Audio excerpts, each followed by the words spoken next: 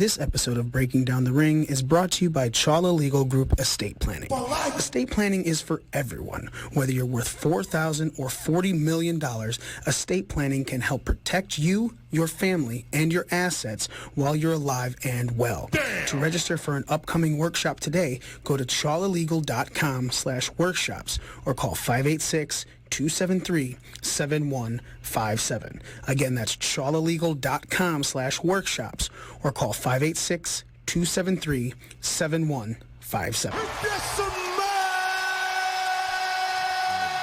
What the Rock is cooking. You're listening to the Podcast Detroit Network. Visit www.podcastdetroit.com for more information. Holy shit, everybody. Wrestling this week is nuts. The entire WWE is going to war with themselves. Raw, SmackDown, NXT, all of it. We're going to get into that. Survivor Series picks are going to be made on our pro wrestling scorecards tonight, and we are going to get into the results of NXT War Games. We will do all that and more this week as we break the ring down. Woo! You don't know what hard times are, Daddy. The cream rise to the top, oh yeah. Austin 316 says I just whipped your ass. You just made the list.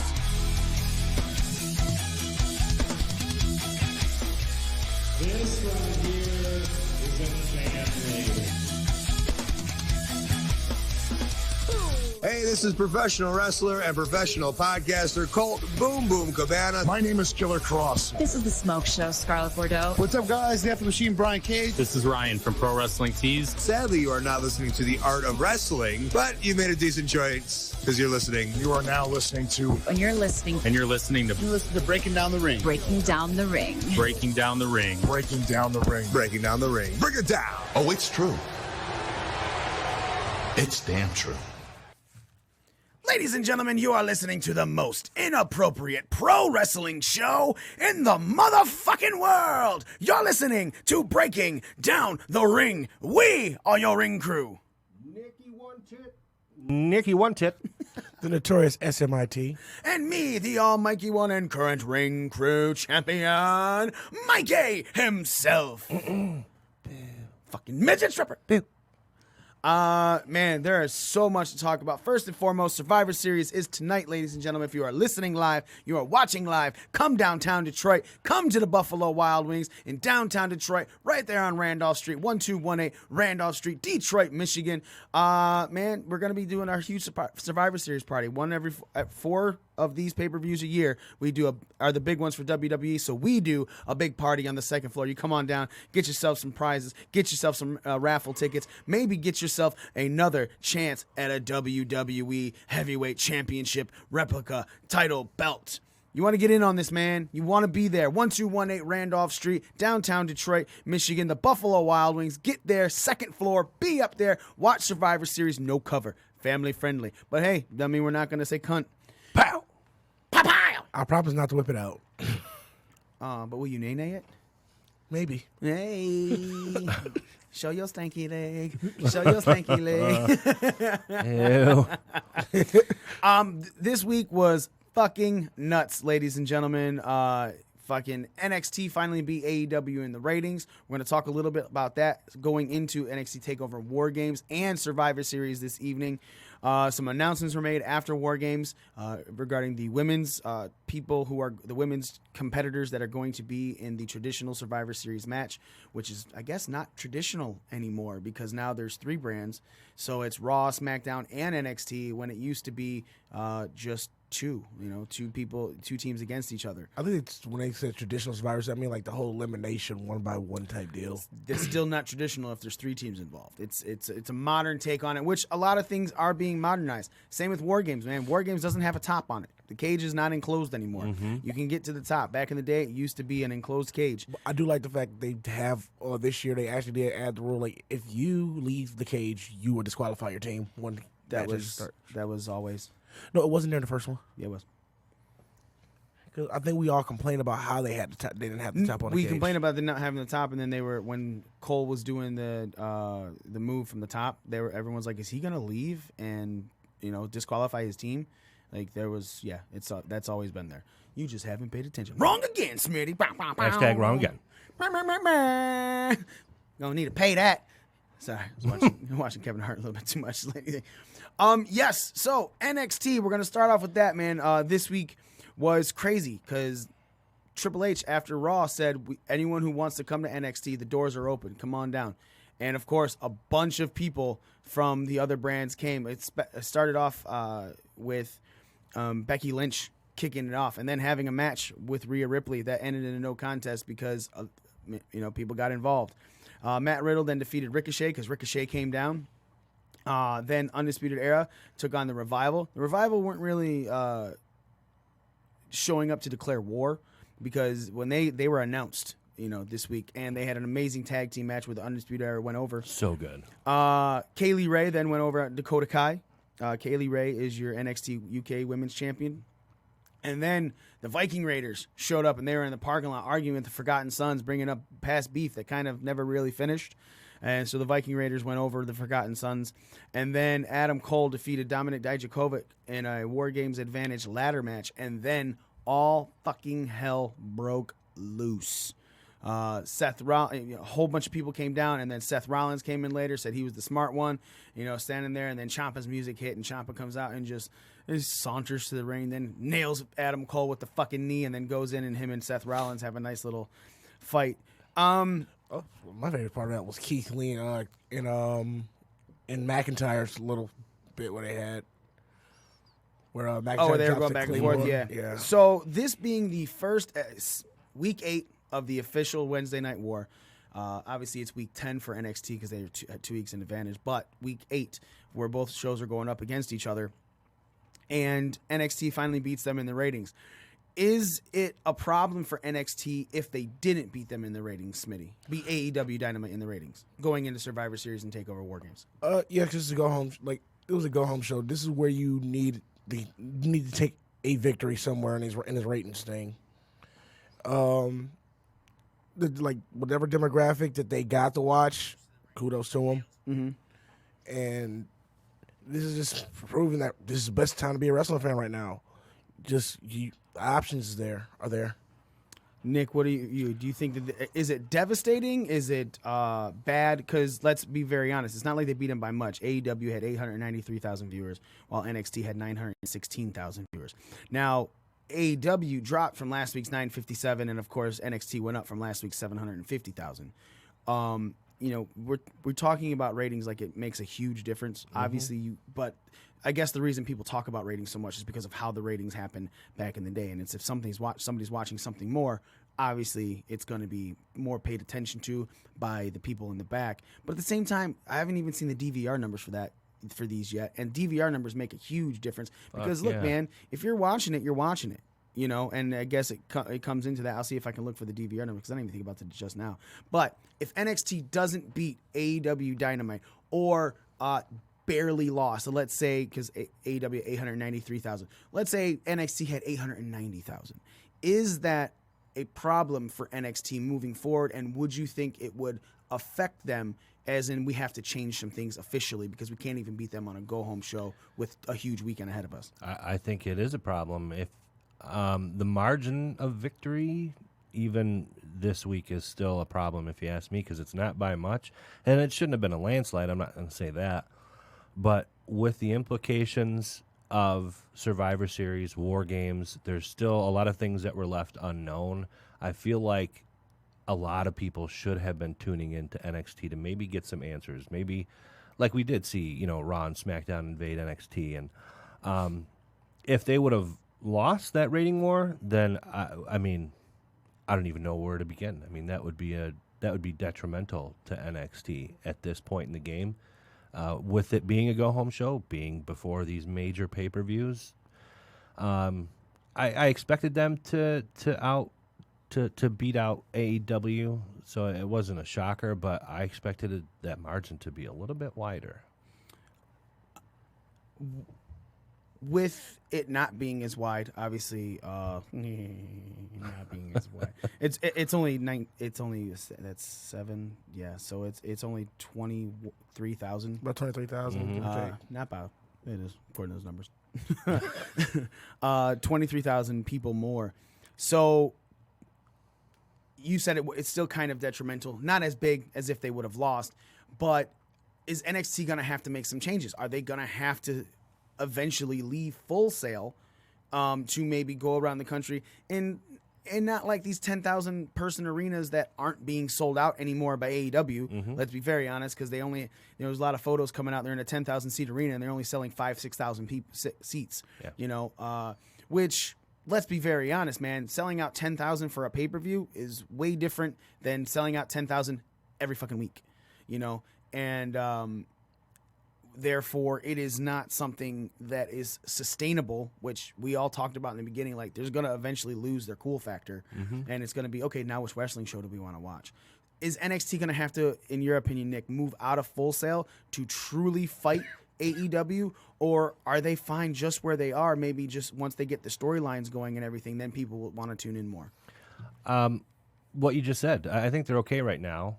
But once those storylines start building more, I think it would be a really smart move for them to.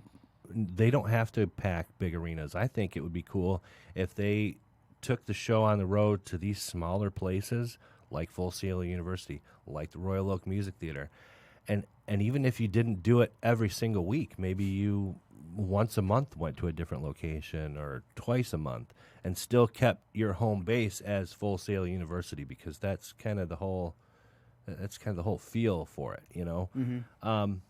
I think that it would be a very smart move for them to do that. Smitty, one of the main things that you are worried about with NXT is changing and becoming more of a product that the Raw and SmackDown have been.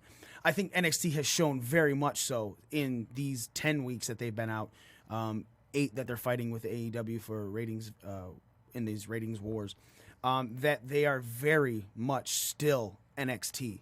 It's just with longer commercial breaks. I said it before, that hour-long show that was on the network is totally exactly what you're getting for a 2-hour show, because when they did that one-time USA Network special, they only showed the first half of NXT, and it was an hour long on USA. So there's not like a myriad of matches. It doesn't feel like it is being rushed, at least to me. So you, with the worries and everything, is that something you're still worried about going forward, with the possibility of maybe they do have to move out of Full Sail? Yes, and I thought it was like, and I thought I saw it happen until like this week with the tag match.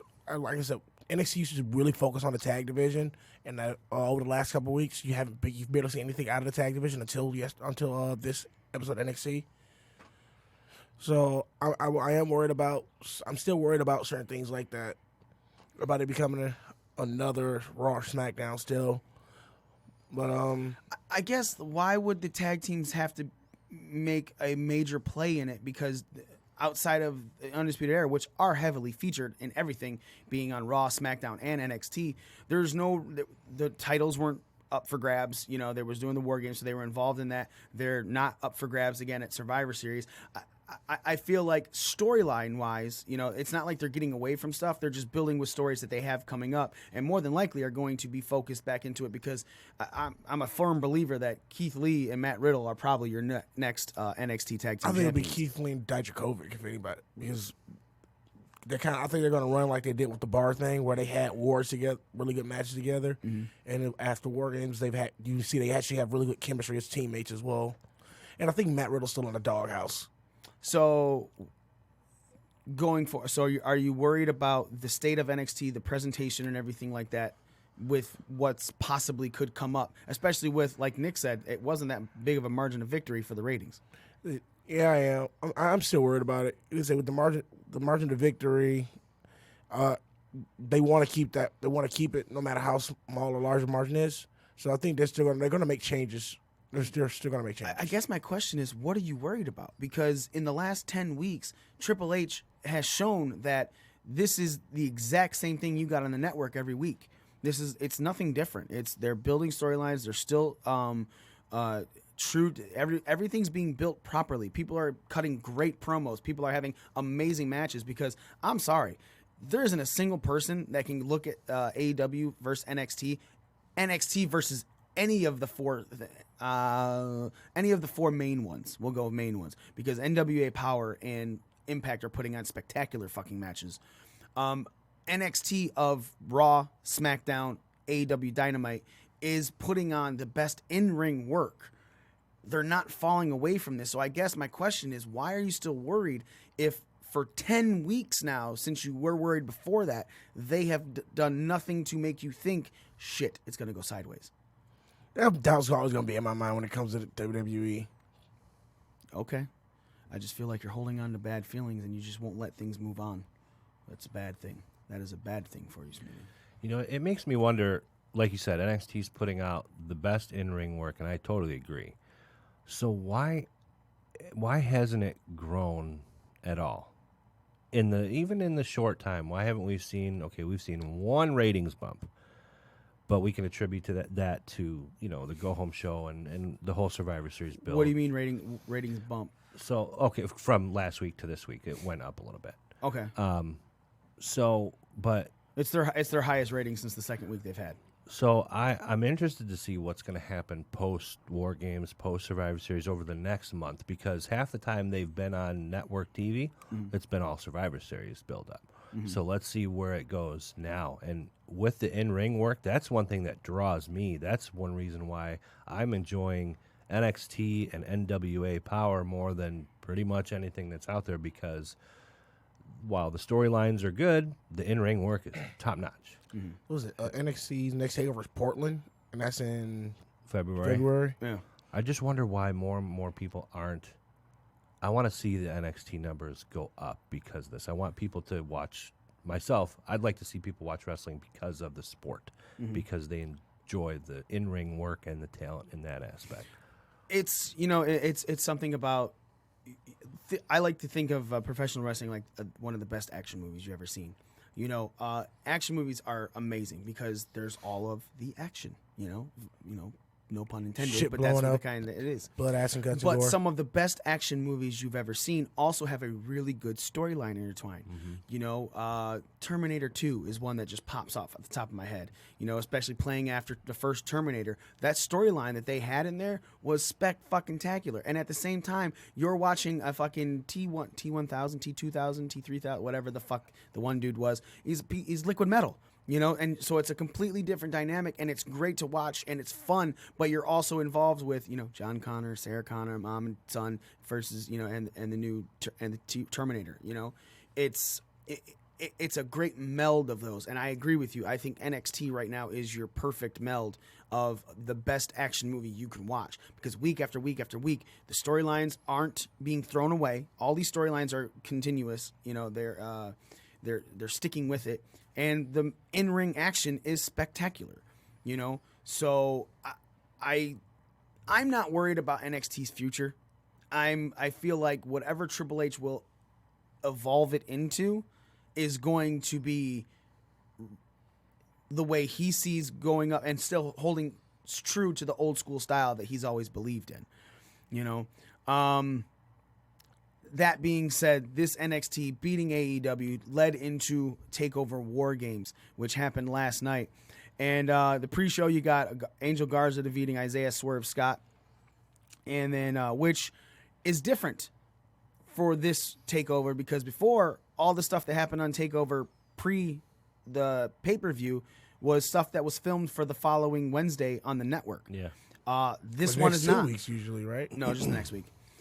Because the next week they would be in Full Sail filming the next 3 after that. And so now they have a live show to go to. They're going right back to Full Sail on Wednesday, and the week after the takeover, that storyline's continuing. It's no longer a pause, and then they're getting into it. So it's something different for NXT, but hopefully it'll be for the best. So Angel Garza defeating Isaiah Swerve Scott, and then NXT War Games kicks off with the first ever women's War Games match. Team Ripley going over Team Baszler, which, if you were watching this match, you were not thinking that was going to happen, because Dakota Kai replaced an attacked Mia Yim, and as you know, it started off with Io Shirai and Candice LeRae. And then Rhea was the next person. Then Dakota Kai was the next person for Team Baszler. For Team Rhea. And as she's walking out, she then turns around and does a fucking kick to Tegan Knox's face and then absolutely fucking obliterates her. So then, of course, Shayna's the final person for her team, and she's coming out laughing, counting 4 to 2. And the announcers announced that the match has started. Pinfalls and submissions can happen, and if you escape, you fucking forfeit the squad. You forfeit your squad's victory. So Rhea Ripley ends up getting a fucking she was getting handcuffed. It stopped. She used the handcuffs on Shayna Baszler as she was breaking the Kirifuda clutch, and with just her power, and then turning around and hitting her finisher onto chairs and pinning Baszler 1, 2, 3. Even though all 4 people of Team Baszler were on there, and there was only 2 people for Team Ripley. And of course, the other two, and Candice LeRae, Io Shirai, and Bianca Belair were taken out by Io Shirai's moonsault from the top of the cage. So that was great. Then Kaylee Ray was stopped by a trash can before Rhea Ripley hit her finisher on Baszler, getting her the victory over the NXT Women's Champion. That finisher on Baszler was bad. Yeah. And then after that was the triple threat match to earn an NXT Championship match in Survivor Series, and Pete Dunne went over Killian Dane and Damian Priest by sneaking a pinfall onto Damian Priest after Killian Dane dropped. Sneaky Pete. Yep. Sneaky Pete. After Killian Dane dropped Dunne onto Priest again. Then Finn Balor came out and defeated Matt Riddle in his return to NXT for the first time in 4 years, I think they said. Yeah. 3 years. No, Was it 2016 SummerSlam where he won the Universal Championship? Yeah, no, they did say 2016. Yeah, so yeah, 3 years. Yep.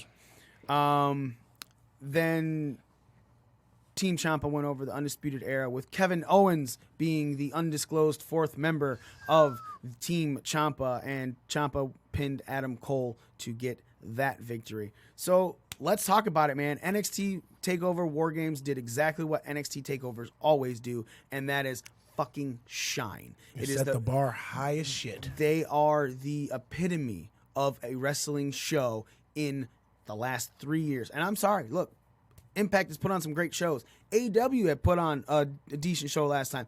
WWE has put on good pay-per-views, but nothing in wrestling, as far as I have seen in the last couple years, has put on the consistent product, the overall talent, and match quality that NXT takeovers have been putting on. Nick, you're watching this, you're looking at it from top to bottom. What is your shining moment for NXT TakeOver War Games? One thing that stands out the most to you.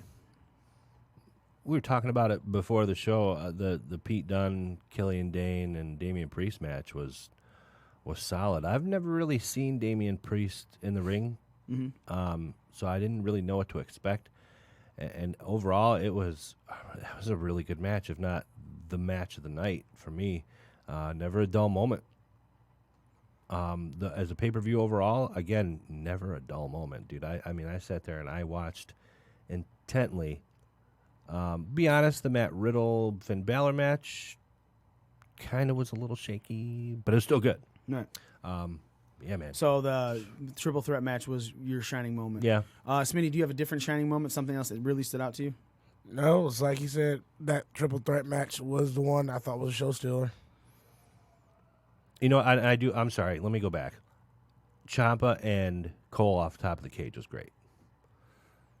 So we're watching this. The triple threat match is what stood out most to both of you.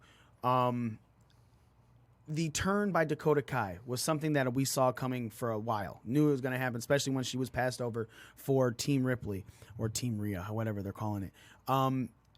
How well do you feel that heel turn was pulled off? Better than Bayley's heel turn, Smitty? Or do you think it was equal or worse than? I think it was better than Bayley's. I think they waited way too long to pull the trigger on Bayley. And they struck while the iron was hot when it came to Dakota. And they said, I swear my penis has never been harder for that woman right now. Well, that's fun. Nick, you're watching that heel turn. Were you expecting it? Or at least at this juncture? Or was it something, did it surprise you? I kind of expected it based on what's been happening recently. I think it was yeah, I'd have to say it was better than Bailey's because I didn't expect to see it happen when it did. Dakota Kai, for me, the last week has been an afterthought just because of what's been happening with, the teams developing for War Games and getting these women in there.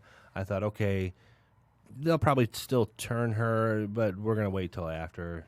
And the fact that she did it with Tegan Knox, who is, from what I understand, her former tag team partner with Team Kick, right? Mm-hmm. That's great. That's great storytelling, and she beat the fuck out of her, which was even better. Pro wrestling tip: don't have a best friend. Yeah. I'm trying to remember what the hell you just said that struck a chord with me. The afterthought. Mm-hmm. Her being an afterthought is amazing storytelling. Let's be very honest, because if you are not being thought about, you're that third act. We were talking about movies. You're that third act that comes in out of nowhere. Like, oh, holy shit, I totally didn't even think about that. And it gets you. Same thing with any of the best television shows when they introduce who the villain is in the first fucking act, especially with Law and Orders. You know what I'm saying? You're like, okay, which one of these motherfuckers did it? And which one of you touched a little baby? Yeah. And which one of you killed that girl? Which one of you raped that girl? Blood. When they get to it at the end, a lot of times you're like, oh, saw that coming. I figured it was them. Mm-hmm. But the way they execute it, you're like, oh, I saw that coming. God damn, that was a good reveal. That's exactly what was going on with this. So Dakota Kai taking out Tegan Knox is one of the reasons why it was down to two people. It is the reason why it was only down to two people. Rhea Ripley got the pin on Shayna Baszler. Does this set her up as the next challenger, the next true challenger, Smitty, for the NXT Women's Championship? I think it sets up for a story that leads all the way to Portland. Yeah. Yeah. Just like Ciampa and we'll talk about that later.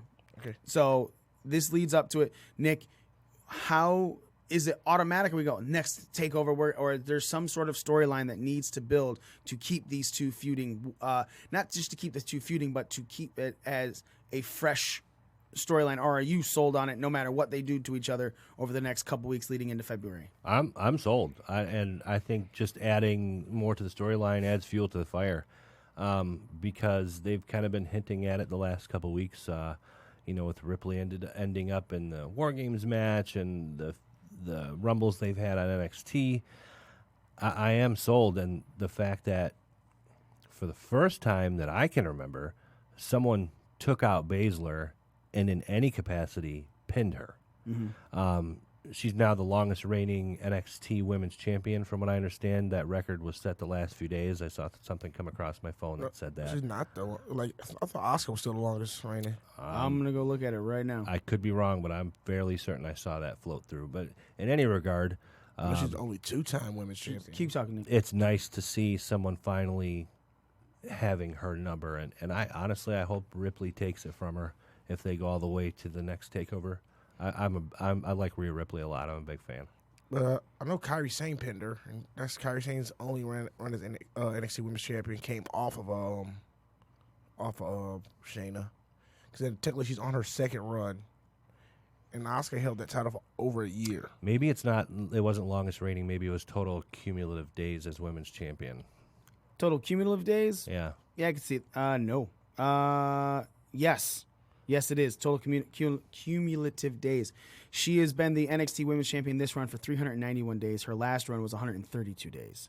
So, yes, Asuka's still holding the record at 522, but 391 plus 132 is more than Asuka's title reign.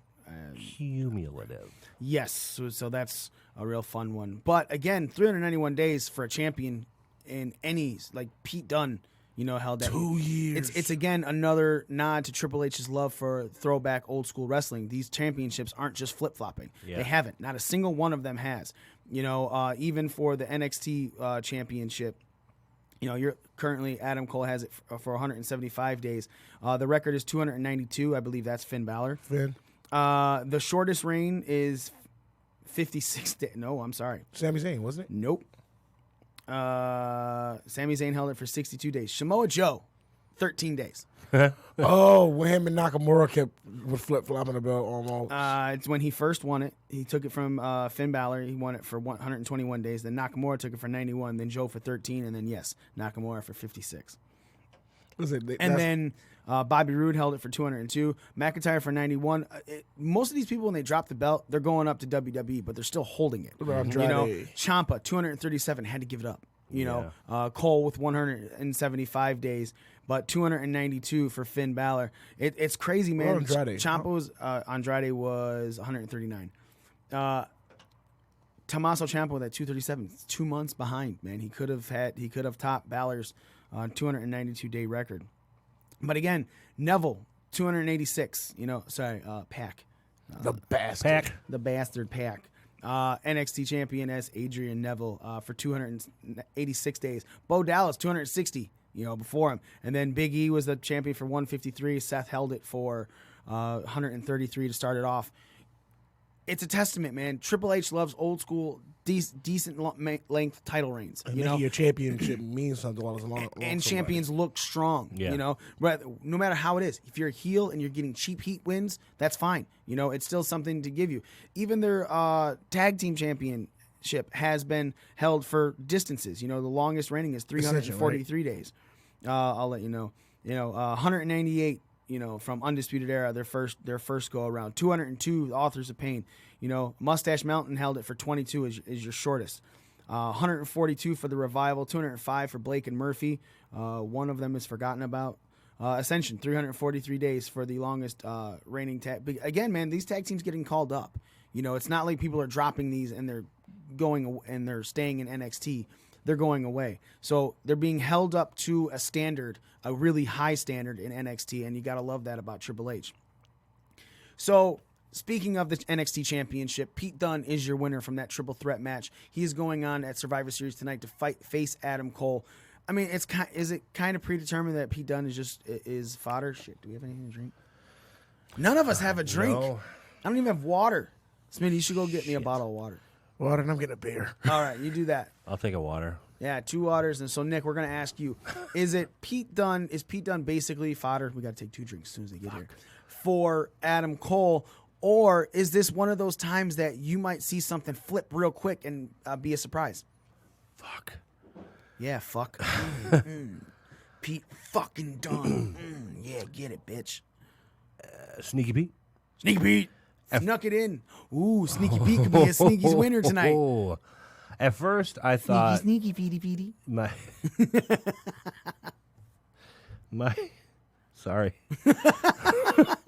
My initial reaction is that it's fodder. But... no water? I'll take a pop. Yeah, I'll take a sody pop. Surprise me.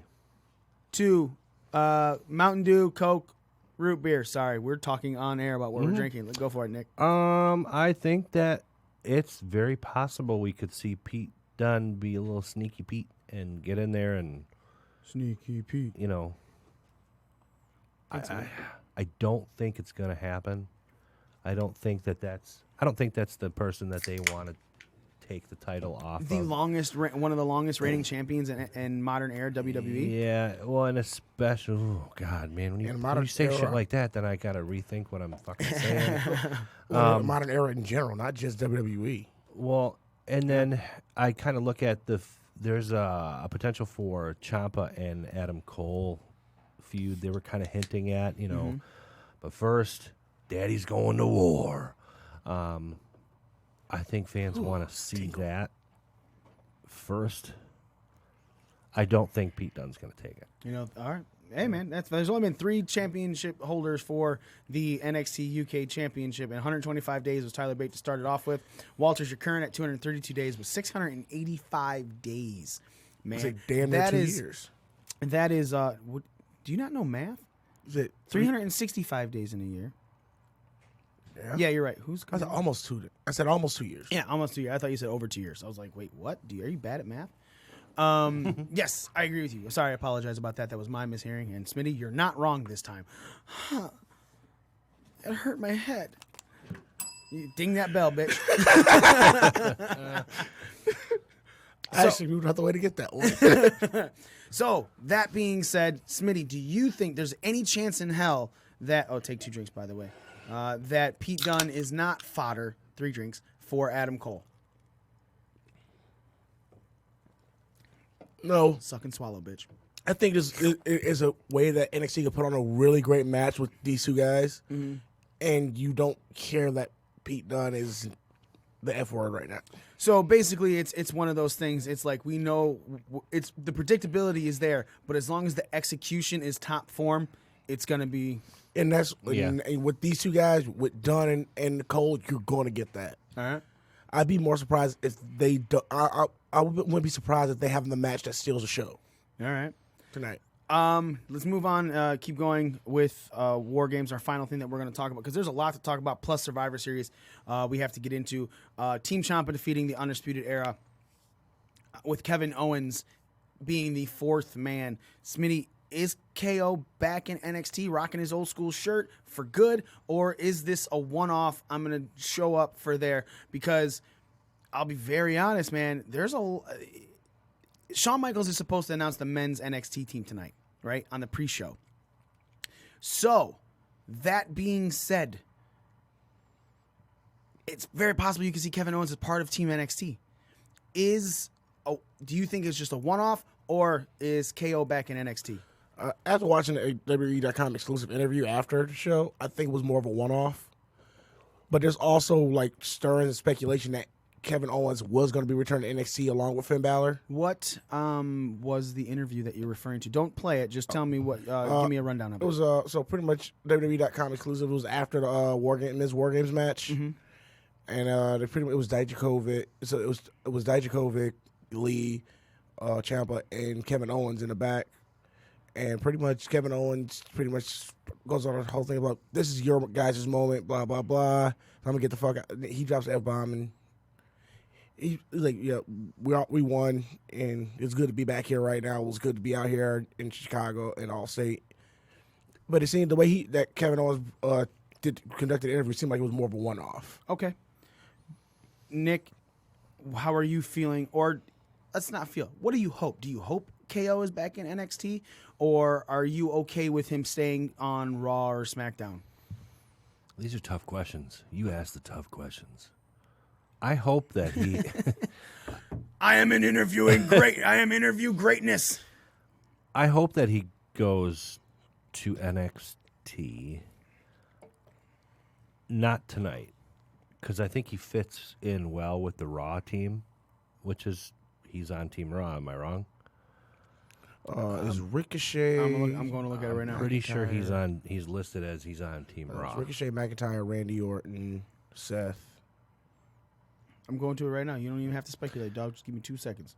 So then if you put him on NXT, then you're like, okay, well, who's going to be on Team Raw? And I don't think there's a very good he fit. is. It's Randy, McIntyre, Seth, Owens, and Ricochet. So I hope that he goes back to NXT. I don't hope it's tonight. I hope it's. You think he turns on Team Raw tonight? See, that's what I'm saying, man. Yeah, I mean, and if that happens, then I'm cool with it. But for him to be like, okay, well, I'm coming out with Team NXT, and I'm kind of like, it's cool that he'd be going, but for him to turn on Team Raw and help Team NXT get that win tonight completely makes me rethink my scorecard on Pro Wrestling Scorecards. Ooh, okay, which we're going to get into, guys. Go to ProWrestlingScorecards.com. Fill out your own scorecard for Survivor Series tonight. That's what the fuck you need to do, crackers. All right, now. Just dribbled. That's because it's delicious, and drool is deliciousness's factor of notification for you. You're welcome. You're salivating. That's no, dribble, not salivating. That's in your mouth. Dribble is out. Dribble is what she does when she didn't swallow it all. No, she didn't do that. She went, I'm so sorry. I don't even know. Unless you spit. I don't know what's going on right now. That's what she sounds like. Anybody You got a nut under your tongue. who's anybody paying attention to wrestling heard about the one, the only, the idiot himself, Jimmy Corny motherfucker Cornette. Jim Cornette on the opening match of this week's NWA Power, which sucks because, man, look, this is the first real time we're going into NWA Power on this show. We talk about it, how much we love it, but it's a 2-hour show, 1 day a week. I don't know how. It's a 1-hour show, isn't it?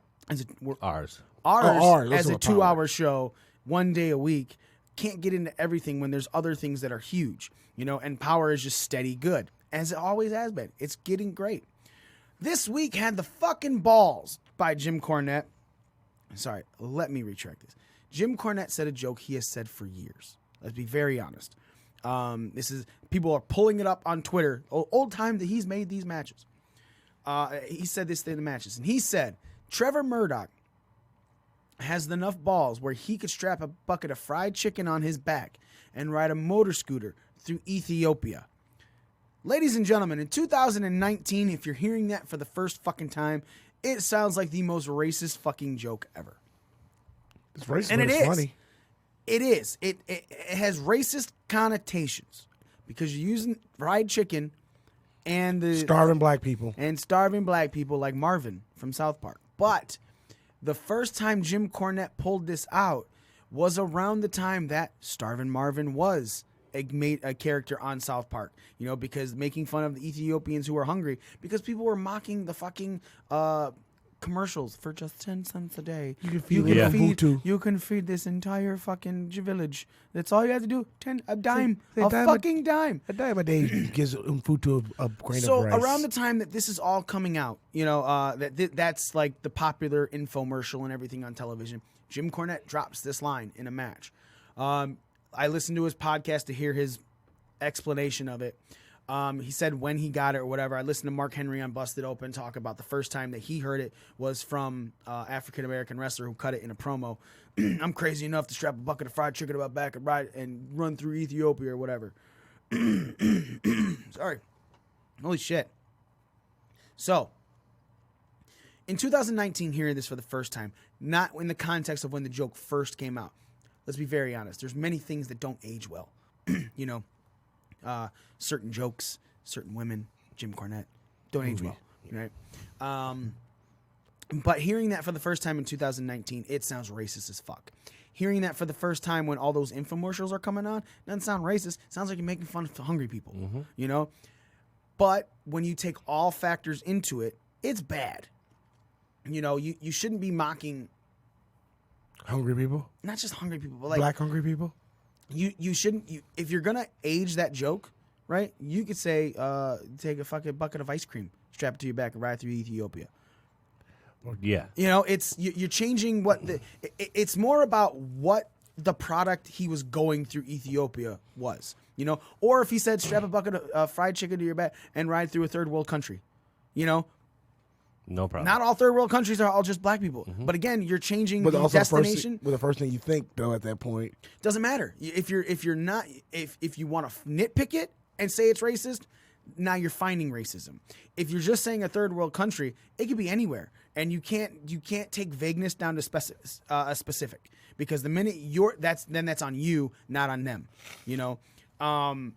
That being said, it came out and that. Even I know it's not the first time I heard it, but I was like, "Yee, dude, you can't, no, that's bad." I said, "Ouch." Smitty, you are our token white person on our show. When you heard, were you watching Power Live? I watched it live. Okay, so when you heard that, okay, live, did it click something in you, or was it just like because Lagana has said. When Jim Cornette's podcast came out, this is a pre-taped episode. It's taped 6 fucking weeks ago. And Cornette said when he was talking to Lagana, he was like, "Did you hear it?" He goes, "It just went past me." He goes, "I didn't even think about it." That's a huge factor because to me, it didn't. I was like, "Oh, dude, something's going to happen about this." For me. But at the same time, I'm like, I just notice everything. You're very conscious. No, fuck, I'm not conscious. I just notice fucking everything. So for you're hearing it. It's the first thing that comes out of his mouth. Are you going, whoa? Or are you just continuing to watch Trevor Murdoch versus Nick Aldis? See, at first, when I first heard it, I'm like, what did he say? And I just kind of threw it off the back burner. Like, I know it's pre-taped. When all that backlash started coming out, I'm like, I really don't think they thought this through before when they let it air. So as you're hearing it, is it when you're like, what did he say? Was it like, what the fuck did he say? Like, what this racist piece of shit? No, not like racist piece of shit. Like, okay, it's more so like, The fuck did he? It's more like So you didn't take it as right off the bat as blatant racism, but you also can understand how it slid by the people who were editing the show. And Pretty putting much. it together. Okay, that's. I'll be very honest. When I heard, it, I was like, "Whoa!" But I get it. You know, like it's a fucking joke. It's, you know, it should have been said. No, it should have been deleted. Yeah, was it? Yep. They eventually went. They removed the episode, deleted that line, and then put it back up. Do you think the firing of the resignation, it was his resignation because Lagana was talking to him and he said him and Lagana got into an argument. He's like, you know what? I'm done. It's too much of a headache for you. It's too much of a headache for me. This isn't fun anymore. I'm done. I quit. And he hung up the phone. A lot more expletives. I just don't want to misquote an expletive. Those are too important. Very. Fucking kidding me? Yeah, I am. So Cornette did resign. He wasn't fired. He wasn't told to resign. He resigned because he was just in an argument. The next morning, deservedly so for this, Smitty, or do you think they could have possibly kept going with Cornette with a proper apology? With a proper apology, yes, but like this is what like race is a hot button subject in professional wrestling right now. So how long would it take for this to blow over? Is another factor that would have come into that to there. I think it would have blown over very quickly because again, even Cornette said. Fucking people were pulling up and showing videos on Twitter of him doing this years ago, you know? So it's not like it's just something he dropped. This is something that he has said many a times before, and therefore he went like, all right, I understand now. You know, it's my bad. I won't use it again. It's never been a problem before. On network television, I've said it. Nick, did he deserve to be let go, or should he have left NWA off basis of this? No, I don't think so. I mean, with an apology, with... you know, something along those lines, it would have blown over and it wouldn't have had such a big impact. Because like you said, I mean, he's said this line before. I think for some people that might not be too familiar with Jim Cornette, which if you're not and you're watching NWA, I mean, come on, you've heard of Jim Cornette. I mean, let's just be honest here. Most people. It's old school Southerner. Yeah. In this day and age, it was very inappropriate. And I'm glad NWA did what they did by retracting it and pulling it out of the episode. I could see how it got missed in the editing part. But, yeah, I don't think he needed to quit. I really don't. I think he needed to go. And I don't think it's just based off of this. Jim Cornette has a track record of demeaning women. He made fun of suicide. Which he vehemently denies. Like, that's not me making fun of but yeah, it was, dude. Was this when TJP was under their mask? Like, no, I think he basically told some an AEW wrestler, I believe, to just go kill himself. He's like, if this is your fucking, maybe even Janela. It may have been Janela. And that's making light, because if you're literally going, dude, if this is your style, you shouldn't be in the wrestling. Go fucking kill yourself. You know what? Like, you can't just say that to people. He's got to put his foot in his mouth. Right. So it's a long time coming. I don't think... I understand bringing Cornette in. I understand that Lagana and Billy Corgan are doing old school stuff. The set is old school. The ring, old school. You know, the style of taping, old school. The way the wrestling matches go on, old school. Real old school, wonderful feel. We're not knocking this at all. I love the NWA. I love the Power show. Like I said, we talk about it week after week. They announced the second show this week as well. So they're going on with this. They're doing knocking this out of the park. I guess my next statement about Jim Cornette is the problem is he's been in such hot water for things he said, mocking Jordan Grace. He's like, she's amazing, she's a butterface. Soon you see her face, like, dude, like you can't. I love me some Jordan Grace. He came. There's a lot of people that weren't watching NWA just because Cornette likes to pretend that people aren't doing that on his podcast, but I personally know people who are like, I won't watch NWA as long as Cornette is a part of that. Yeah. And it makes sense. Some people just honestly do not believe or feel aligned with his morals. What the shit is going on with the phlegm in my throat right now? Sorry. He's so gay. Oh. I got Smitty mouth. So I think that bringing him on was a the button was there. It was just somebody was looking for something. And of course, there's a lot of AEW fans that fucking hate him because of the Janela thing or whomever the AEW star he told. So on the back of all of his stuff before and this moment, I think it was a smart idea on both parties, whether it be the NWA releasing him or Cornette leaving. I think Cornette leaving doesn't force Lagana and Corgan to look like they're putting up with it. I think it saves their ass because I don't know if they would have gotten rid of him. I think they should have because, again, it's Cornette's a name. It's like Ron Artest in the NBA, man. You know, Ron Artest Ron Artest in the NBA was, getting all those technical fouls all the fucking time. And he was getting and little stuff, little small, little bullshit stuff that he would get attacked up for. And you're like, he deserves no tech for that. But it's based on the reputation that preceded him. The Malice at the Palace, which was, 15 years ago, a couple weeks ago. I was there. Where Ron Artest ran into the stands and beat up a fucking fan that threw a Diet Coke on him. He says it was beer, whatever. But anyway, it's the history. Your history and your reputation is what's preceding you, bringing you into this. So it's a smart idea for that to be left on their part. Now, I'm hoping that this brings more eyes on the NWA because I believe NWA deserves all of the eyes because I think it's one of the top-notch wrestling programs that is going on right now.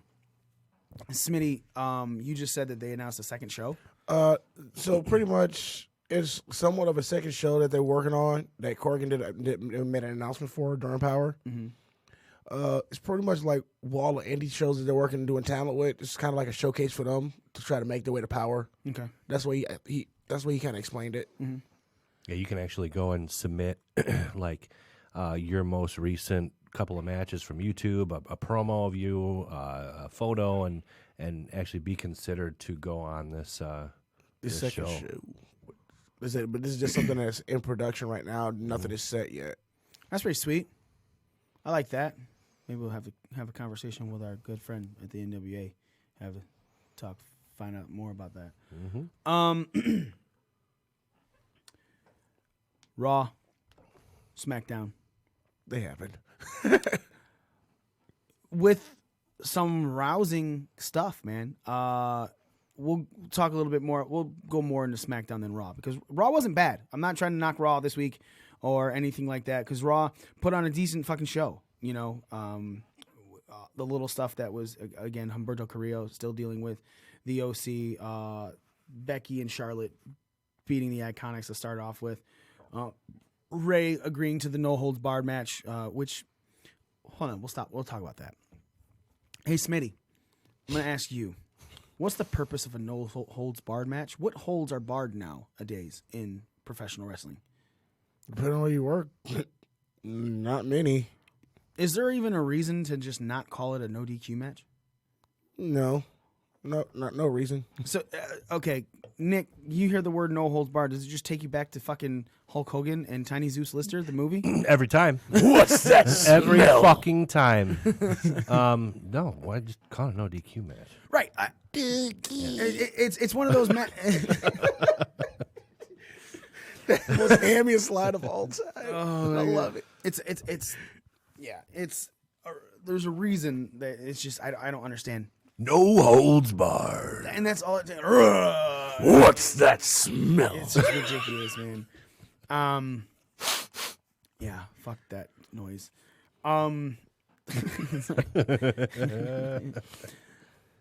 That's all I want to talk about for Raw because obviously everything played into NXT and SmackDown this week. Raw was a good show, not fucking nuts. Oh my god, best Raw I've seen in a long time. No, Raw it wasn't a stinker. It's not like you were like, this fucking show sucked. It was just there. It was there. Yeah, it was the middle of the bar. The problem is Raw is the first thing in the week, and SmackDown and NXT usually overshadow the fuck out of it. So because of that, Raw becomes an afterthought. Maybe we'll start doing some things post Raw just so it can be talked about.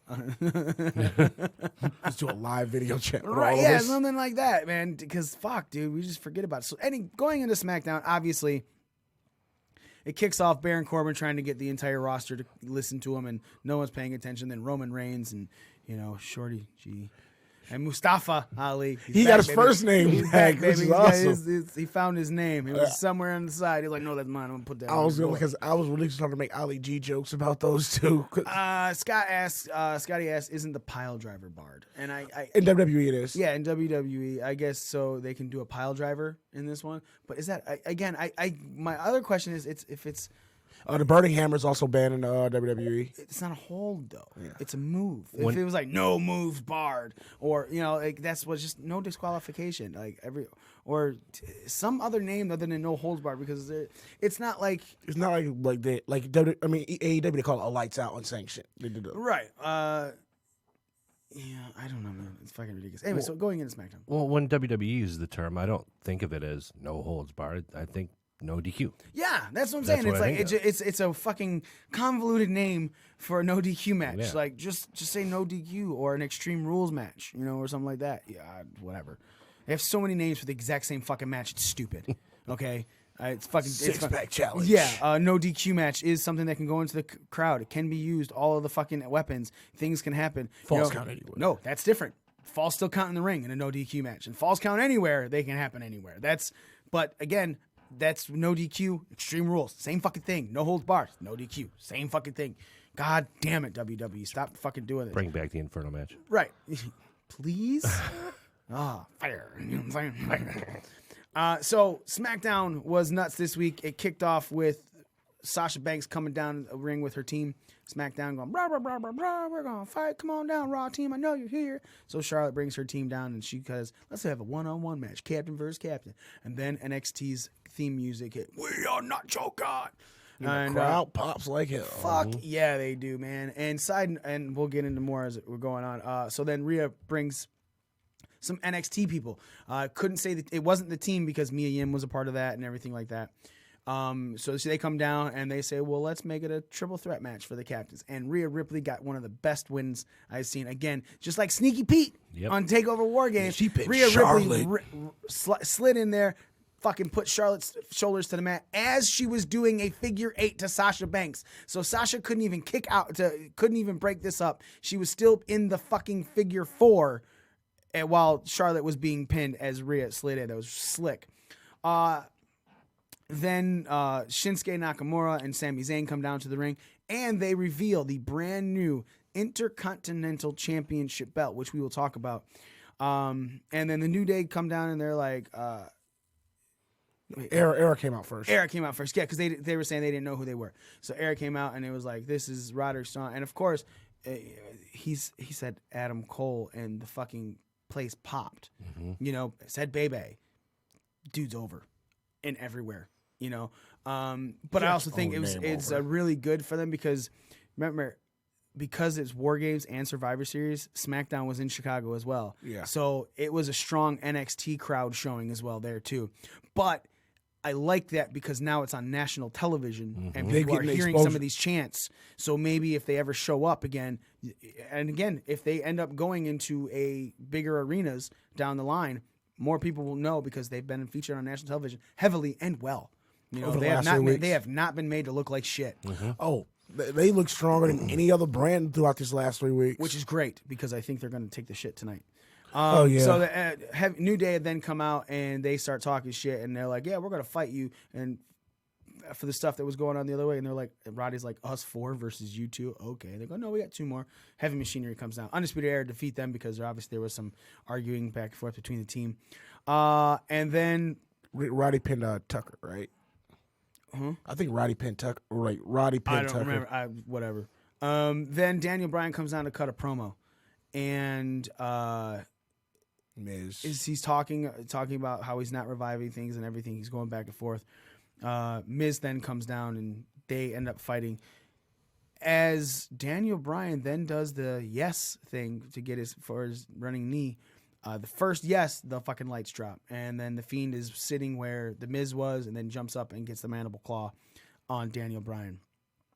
After that, before that, Bayley had cut a promo saying, look, Shayna, you've been attacking me from the back. Why don't you fucking show up?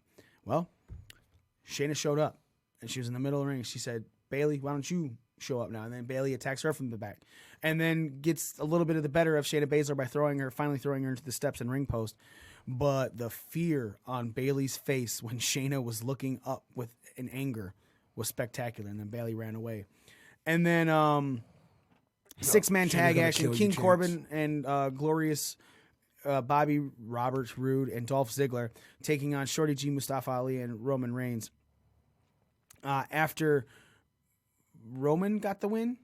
No, Corbin got the win. Yeah, Corbin got the win. He pinned Ali. Yep. Was it Ali or Shorty G? I thought it was Ali. I thought it was Shorty G because he had the scepter above him after that. Then Team Raw's the Seth Rollins music hits, not Raw. And Seth Rollins is up in the stands. Oh, shit ton of Raw superstars. And brings down all the Raw superstars and tells them to stop. He steps in the ring with Roman Reigns and then fires the first shot, and then they start fighting. And then the whole bedlam starts. Then the Raw are attacking all 6 of those guys. And then the rest of the SmackDown roster comes down, including Braun Strowman, who just destroys everyone, as he does. And then NXT music hits. And, man, if you've ever thought, man, I really missed the Monday Night Wars. Remember when things like that were happening? Fucking NXT rolls through in the fucking Jeep with the fucking cannon on it, a la WWE to WCW back in the day, and they come right down that ramp. And it man, was Michaels, Triple H, it was everybody but Waltman and Gunn, wasn't it? Well, that's because they're not involved. Road Dogg is a writer for NXT. And Shawn Michaels is a trainer for NXT. And Triple H is the fucking catalyst for NXT. The entire fucking roster, they come down and they start destroying everyone. And then you see Keith Lee and Braun Strowman get into it and things like that. So it was a huge ending and a great way to set up this entire weekend. There's a lot happening. And Keith Lee didn't look out of place for the first time in a long time. Because, again, Keith Lee stands in the fucking middle of the ring like a moron for way too fucking long. It's not like he climbed in there and then Braun got in there. He should have been paying attention to what Braun was dealing with and then got in when Braun was free. But he stood in there and stood there and stood there and then threw someone away and then stood there and then stood there and then stood there. And then Braun gets in. And then someone goes at Keith Lee and he fucking shoulder tackles him. And someone from NXT goes at Braun Strowman. He shoulder tackles him. And they start going at it. Again, it's fucking nuts, man. I wish Keith Lee would get his bearings in, you know? Like, I think Keith Lee is an amazing performer in the ring. I think he's one of the... But, man, when you leave him to something like that, his own devices, that dude doesn't know shit that's going on. And he needs to fucking get his shit together. Because he looked really out of place. He's the only one standing in the middle of the ring. It looked like, why aren't you fighting? You know? Is this the way you wanted to go into Survivor Series, Nick? Yeah. I mean, is there something you wish would have happened more?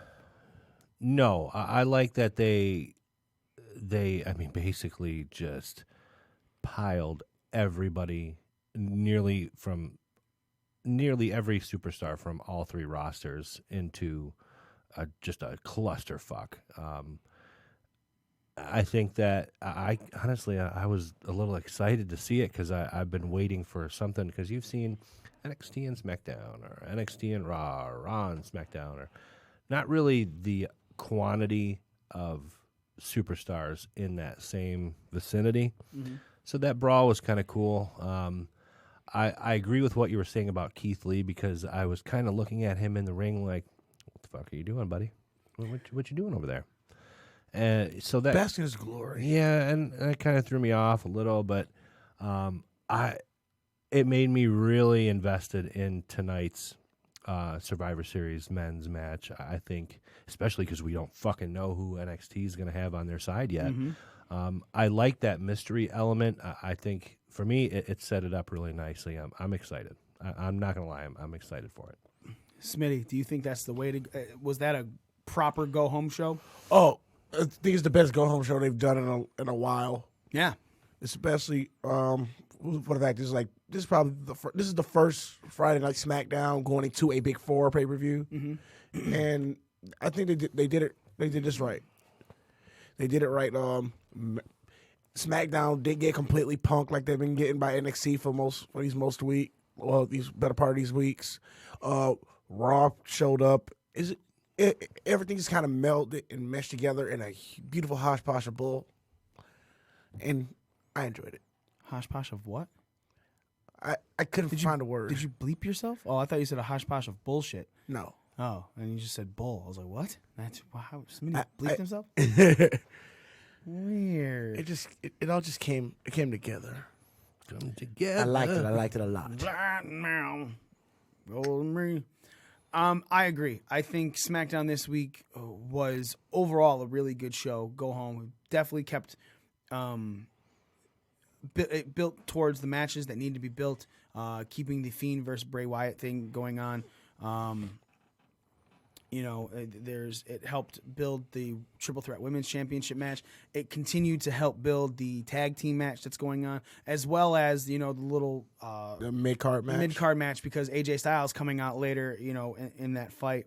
Everything was built very well for Survivor Series. Sad with that damn shit. And I will say this, I'm kind of sick right now of hearing, so much for specific brands. Like, dude, this is Survivor Series. Right, exactly. Like, you have to let that go for now. Now, if in 2 weeks I see fucking Raw stars on SmackDown, I'm going to have a problem, right? Because you're not building for anything. And I say 2 weeks. And the reason I say 2 weeks is because the post-fights stuff, you might see something. This week's Raw, this week's SmackDown, maybe you'll see something. Maybe even NXT. Just for the follow-through, the finishing, the closing of storylines and stuff. But if in 2 fucking weeks on SmackDown, man, I fucking see someone from Raw or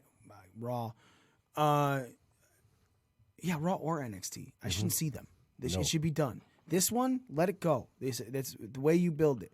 And they were real calm about how many people they put on each show. Only NXT was really doing anything, And then Raw went to NXT last week. It's like Seth, and it's like wait, AJ showed up after a couple weeks ago. Yeah, but that's what I'm saying is you haven't seen a lot of Raw and SmackDown on each other. It's been NXT everywhere. This week for sure, a ton. But they've kind of been away from it. They're not fucking forcing it down our throats because they know a lot of people are like, I thought there was a brand split.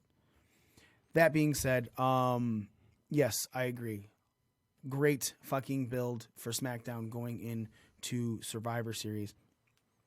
Now, another show that built up to the next pay-per-view, and Smitty, Impact this week had a 5-person elimination match, gauntlet style match, to decide who was the number 1 contender for Sami Callihan's Impact World's Championship. Tessa Blanchard won this match.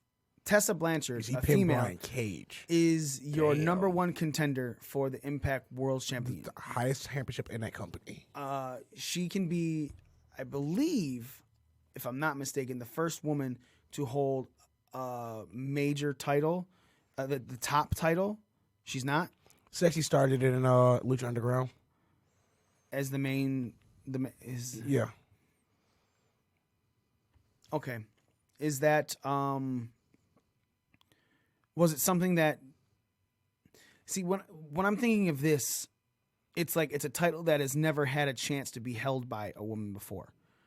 The Lucha Underground title it's been 3 open seasons, right? It's open. It was open to everybody. Yeah, so this has been a segregated title in every company. That's what I'm saying. So Lucha Underground did it, but they wasn't open and anybody could chat for. This is a title that has always been segregated. In 2003 it started. First started. I think Impact, something like that. Impact started like 2002, 2003. Yeah, when they had the NWA Championship. In 17 years, it's been a men's title. In every other major promotion, it's a men's title. Your top title is a men's title. And Tessa Blanchard is the first woman to be able to challenge for the top men's title. We can't say a mid-card title because obviously Chyna's done it, Beth Phoenix and WWE. I'm even sure in other... Jacqueline, Cruiserweight Championship. So it's a huge deal, and yet it was still outshined by something. Tessa Blanchard being the number 1 contender and beating Brian Cage is cool. The guts that Rich Swann showed in that match, though, 40 minutes he wrestled. He had 3 matches. He was wrestling 3. He wrestled Moose. He wrestled Elgin, and then Cage. He lost to Cage, but again, he got the shit kicked out of him. Smitty, you're watching this, and Rich Swann is somebody that was defamed for things that he did in WWE or like allegedly kidnapping his girlfriend, whatever, man, we don't know. But he had a showing of showings, similar to what Kofi did in that gauntlet match. Nick, will you get me a Coke?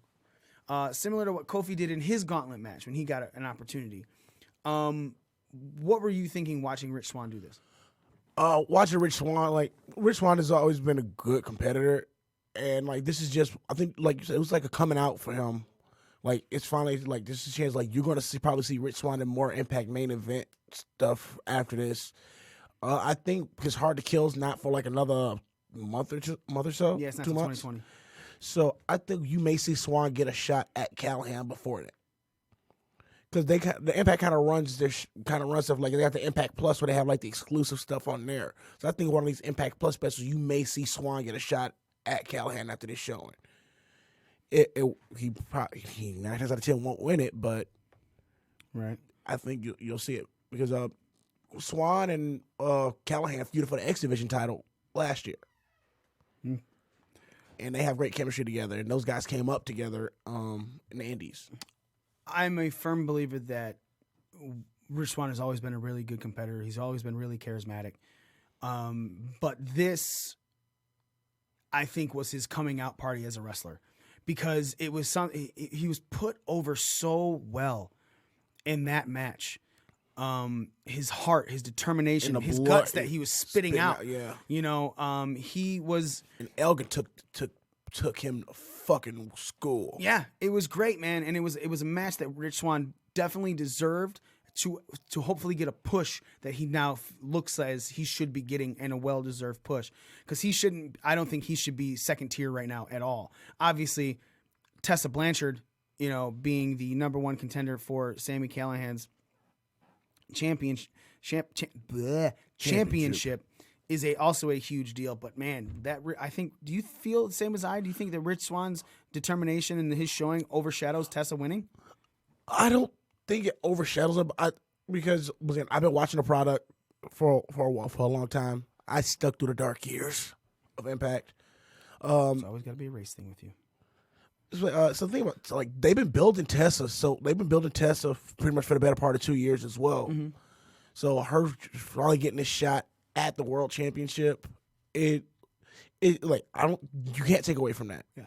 Swann getting over and doing his thing on Impact, it's just something that adds more to that Impact product for me. I think it overshadows not like no one's even going to talk about Tessa. I think it overshadows just because, like, especially when the blood was added to it, and he's spitting it out and it's dribbling down. Dribble, not swallow. From his mouth to the mat and everything. The visuals in that is what really stands out of that match to me. Sure, Tessa winning and then going holy shit after she pinned Brian Cage. After fucking Meat Castle.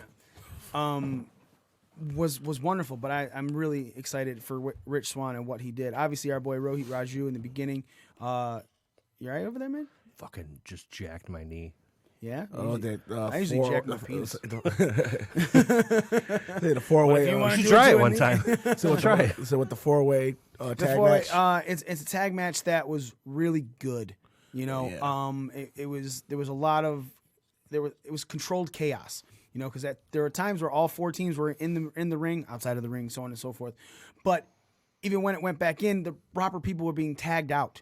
I want to really commend Impact Wrestling because we give a lot of shit. A lot of people are talking a lot of shit about the way AEW is doing their tag division right now, where it's just a lot of spots, not a lot of story, and a lot of who cares what the ref says.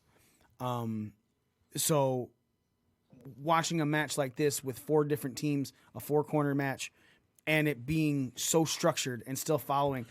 And it also fit into two storylines. That tag match fit into two different storylines as well. Yeah. With the Rascals and then Ace Trey Austin, Miguel and Ace Austin and Trey's hot mom.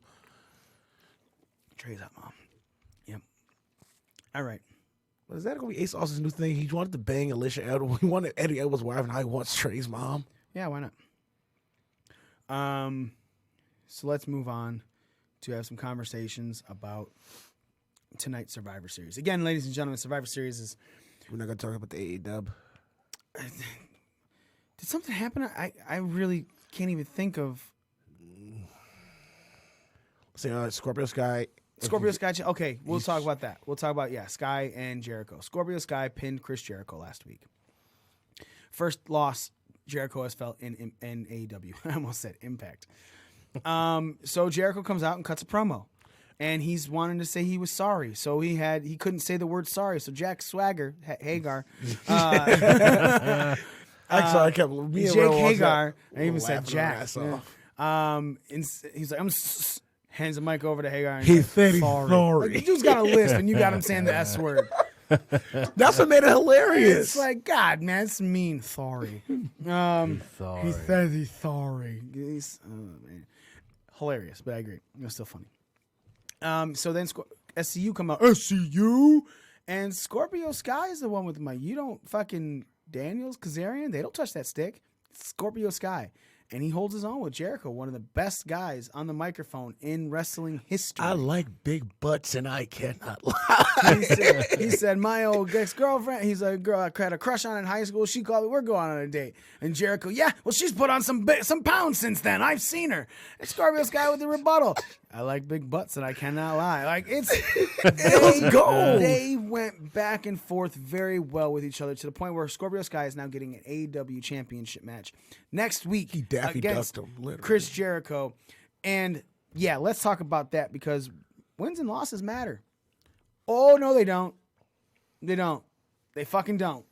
They don't. Not now. Does Scorpio Sky have a singles match victory at all in AEW? He hasn't had a singles match in AEW yet, has he? He's only been in tag and trios. So you're telling me that he is not undefeated in singles match, right? That's what you're telling me? He's not even in the power rankings. He's not. Not. Okay, not even in the top 5 power rankings. So does being a title holder trump that? This is something I wanted to get into because singles records, Scorpio Sky is 0-0. He's 5-2 in tag team, 4-0 in trios, and somehow he's 9-3 overall. Let me repeat that. Think about these numbers: 0-0 in singles, 5-2 in tag team, 4-0 in trios, 9-3 overall. Was he in a casino battle? Was he in any of the battle royales, like the casino battle royales or anything? I don't know. I don't think so.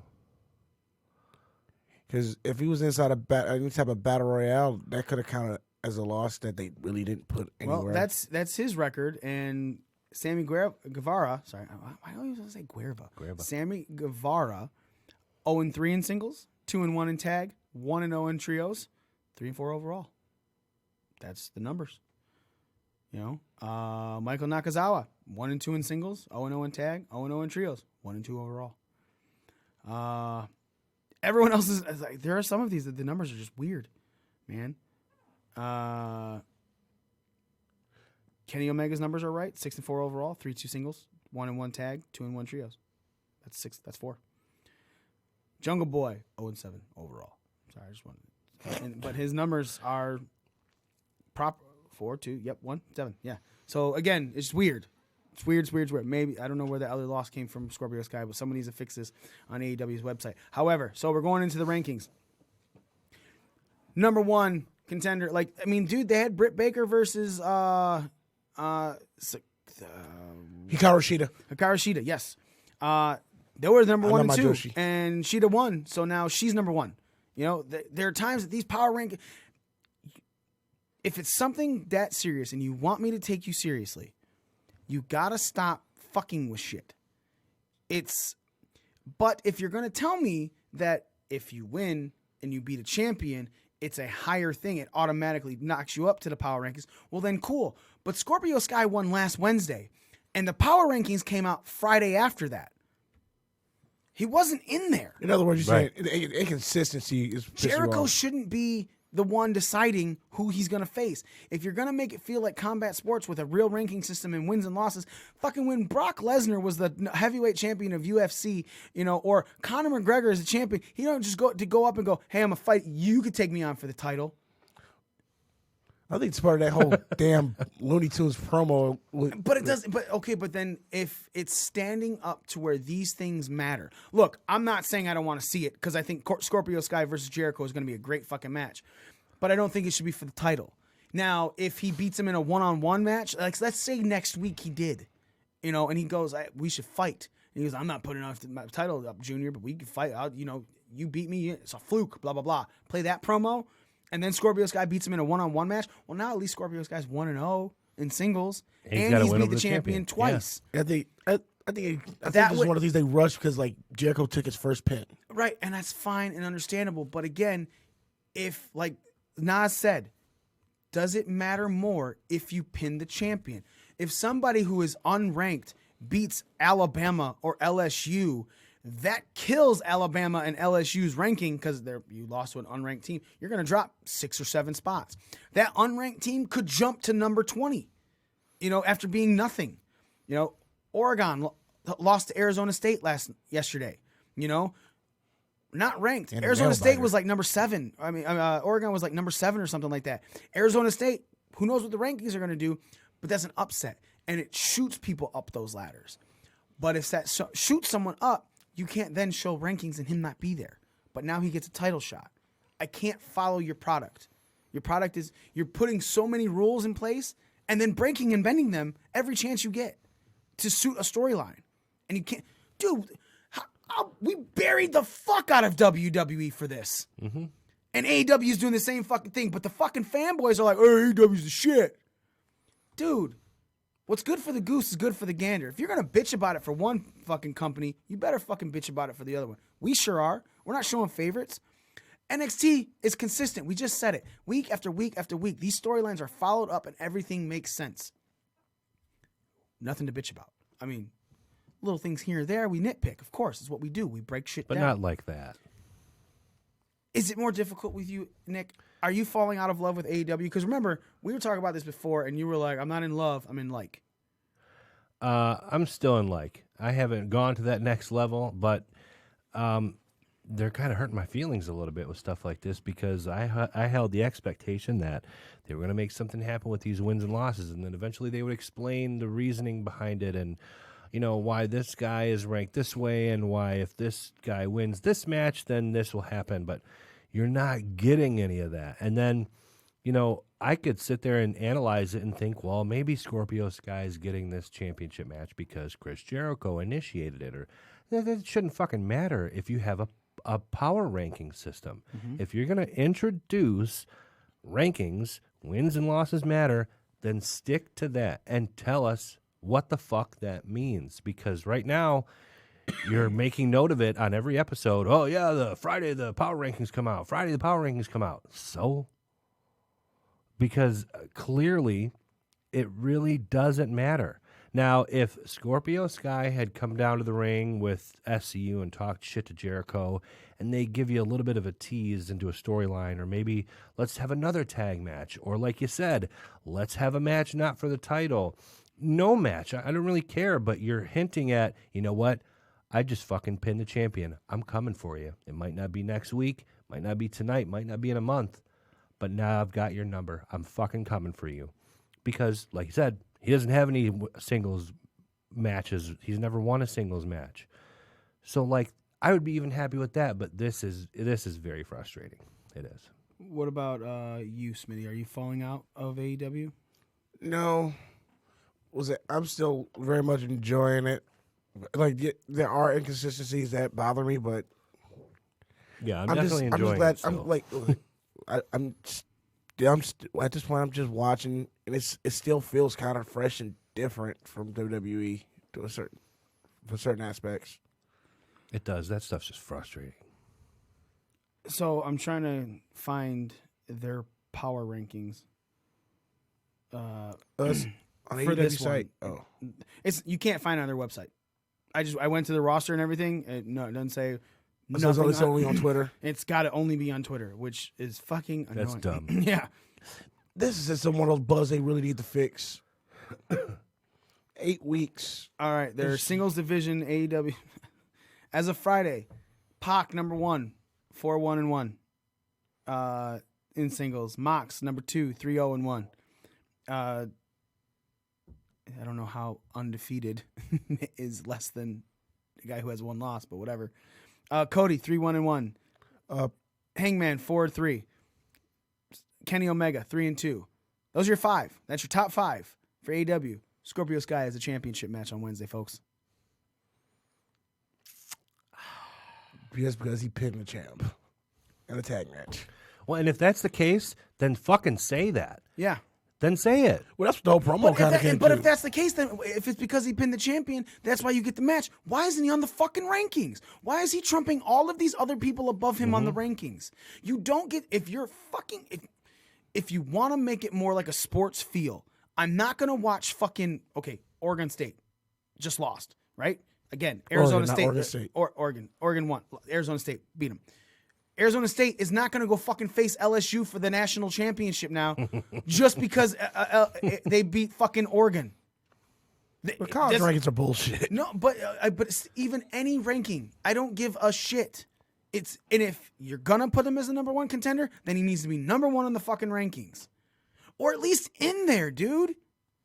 But you can't put him on your rankings because he's 0-0 in singles. It's like they didn't put... They said, we're going to make wins and losses count. We don't fucking know how. We'll play it by ear. Right. And then, now we're resetting every January. What? That doesn't bother me as much. I think that don't bother me because I think that stops certain people from getting buried if they have like a bad year. But again, I can't follow this. I can't even talk about it. I can't even follow it in my conversation about it. I think they still got bugs they need to work out. We say you got to give it at least a year to work out these kinks. Cool. But don't come in with one thing. They fucking touted this shit, dude. And already you're kicking your own self in the dick. I'll be very honest. I'm liking AEW even less and less every fucking week. There's hosts of other shows talking about how, the presentation is wonderful. I'm watching it and they're like, I watch it as a fan. And no, dude, there's an emotion connected that you're putting blinders on. I never had these emotions with AEW. As a matter of fact, I was the biggest fucking critic of AEW right when it was announced. Everyone's like, it's going to be great. And I'm like, is it though? This is what we're based off of. If All In was the base. And that's what I went with. These guys booked All In. These guys can't keep putting themselves over, and they didn't. And I'm great with. I'm very happy with that. Bucks didn't even touch. Pay to see us lose. Yeah, Bucks didn't even touch They were in that tag team tournament. They didn't go far. They went 1 round. Cody lost. Right, that's fine. Now I can't face for the title at all. Kenny Omega is on a redemption storyline. He's 3-2 in the fucking rankings. And where did I had it? And then Adam Page is pretty much he took a shot at it for the first time and hasn't been back in that picture. Nick Jackson just took a singles loss to Phoenix. Well, Ray Phoenix and Pentagon were amazing singles competitors before they start throwing them together in AAA. So that 3-0, 4-1, 3-0, so on and so forth. Christopher Daniels is 3-2. Why isn't he in the top 5? Oh, singles. I'm sorry, single.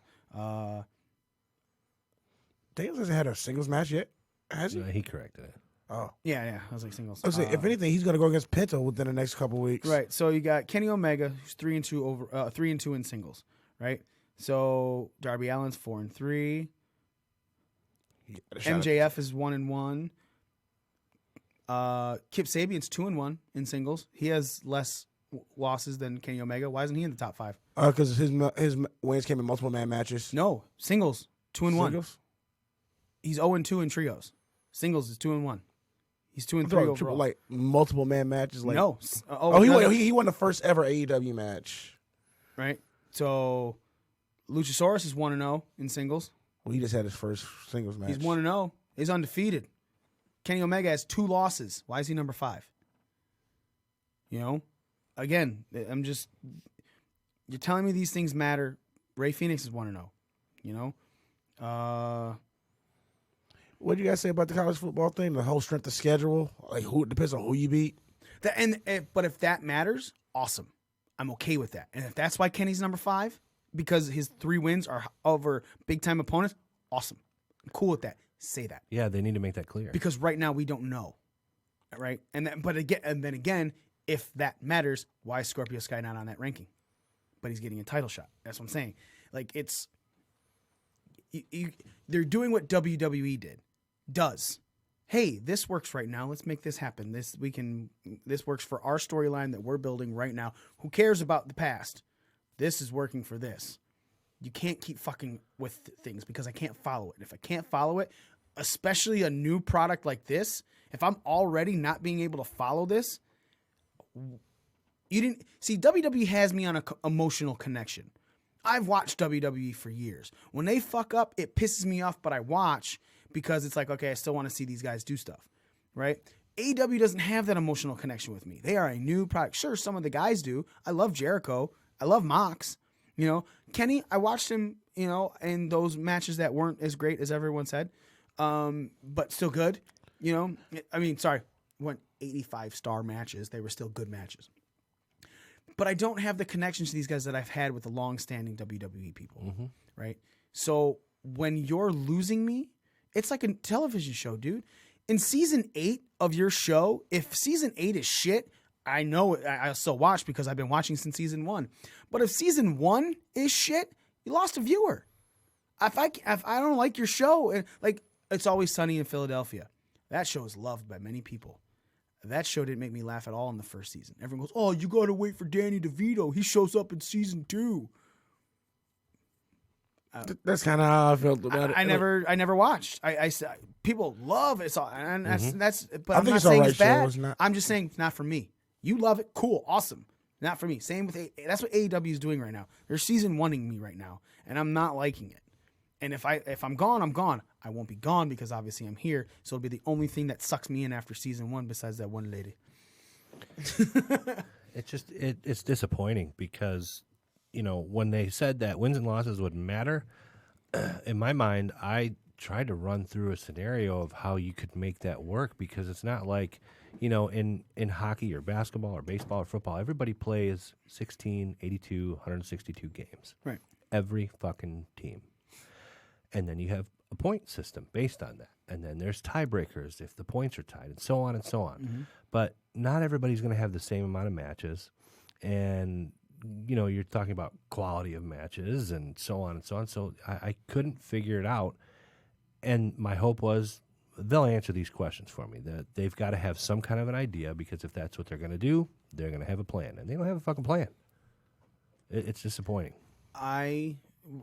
Joe said sports do it. They reset new season. And I agree. I'm not arguing that. That's what he said about the January thing. But, yeah, the resetting of the things. But the thing is, this is not a team sport.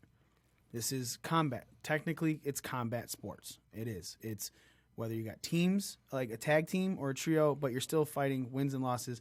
And then there's a championship at the end of the year, and that's when they reset. And then everyone goes for that same championship. This is a title belt or a championship that's defended every month, every couple of months, every couple of weeks, whatever, however you do it. So resetting combat sports, it's not like Floyd Mayweather had to fight to keep his champion. He goes, okay, now I got to fight 4 more to keep my belt for the end of the year so I can stay undefeated and go in and have this belt back at the end of the year. Floyd Mayweather defended his title and stayed undefeated. He didn't go 4-0, 3-0, you know, fighting to be a champion again. He's not you lose your belt and then you get it back. You know, in the NBA, you don't have it. You're the champion from the previous season, right? The Golden State Warriors they won the title. They're not the current champions. They have the worst record in the league right now. But that's not what I'm talking about. They won the Toronto Raptors. Sorry, Toronto Raptors won last year. Forgot about that, did you? Yeah. The Toronto Raptors won last year. They have to fight for their championship. It's not theirs. You know what I'm saying? They don't perform well in the season. They don't get to fight for that title again. The minute Jericho won that belt, he's the champ, and he faces it off, and people have to fight to face him. So that's why I'm like the reset kind of throws it off for me. Look, you want to fight for it? Okay, fine, I'll accept it. I don't think it's right because of the type of sport this is, but it's something different as well. And I can't say it's wrong when I haven't seen it executed. but what they are executing is pissing me off. Okay. Yeah, it's 12:30. Let's get into some Survivor Series stuff because I don't want to keep bitching about AEW. I feel like that's all I do. And it sucks because, again, I can't even shit on the product sometimes. You know, you don't the inconsistencies with the how it's handled.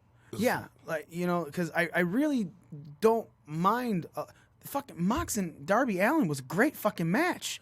Private Party and the Private Party match was good too. Yeah, like it's I can't. I think that's one thing I do like about AEW. Like they are focusing on tag. Like I'm a fan of tag team wrestling.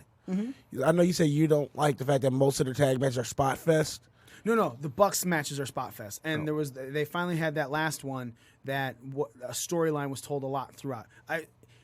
And that's what I'm saying. Like the fucking tag team championship match, SCU, Lucha Bros. Yeah, great fucking match, dude. I'm not saying every tag match is a spot fest. I'm saying those Bucks one were spot fest where it's hard to follow, but I'm saying that there's the rules thing, right? You know what I'm saying? Like someone's out for a count, referee's discretion.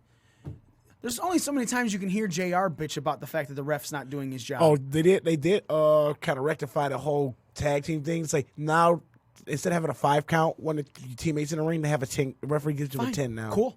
I'm all right with that. It's a rule, but stick to it. If you hit that 10 count and there's no DQ, again, I'm still saying it. The first DQ in AEW is gonna be the most bullshit fucking ending to a match fucking ever. There's gonna be so many people pissed off that they just fucking DQ. How did that happen? So yeah, Britt Baker versus Hikaru Shida. Hikaru Shida was a great match this week. You know, I can't. I'm not shitting on the product overall. I'm only bitching about the specific things that are wrong. I will never ever say AEW sucks. I will say I'm not a big fan of Britt Baker in the ring. She does not sell anybody's offense. She's a little boring. Oh. If that wasn't Adam Cole's baby, I wouldn't Adam give two Cole gonna shits. kick you in the dick. He'll kick you in the 'Cause baby. you're talking shit about Britt. I'm not the biggest fan of her. I'm not arguing it. I think she's bland and she does not sell offense. I'd like to see her in the Performance Center. Not even a joke. I think if you brought her to NXT, I think you would. Again, man, I just feel like we're blowing smoke up WWE's ass. But the Performance Center is amazing. There's a reason NXT is spectacular. Women, men, tag, all those matches. They have the Performance Center. You know, it's just like NBA teams. They have practice centers where they fucking practice 5 days a week. You know, and plus games and whatever. You know, if there's a day off, they're probably practicing. They're probably in their practice facility before games. You know, in the gym. Like this is stuff that they can do. They're working every day. AW doesn't have that. I think they do. I think Cody is getting ready to introduce that.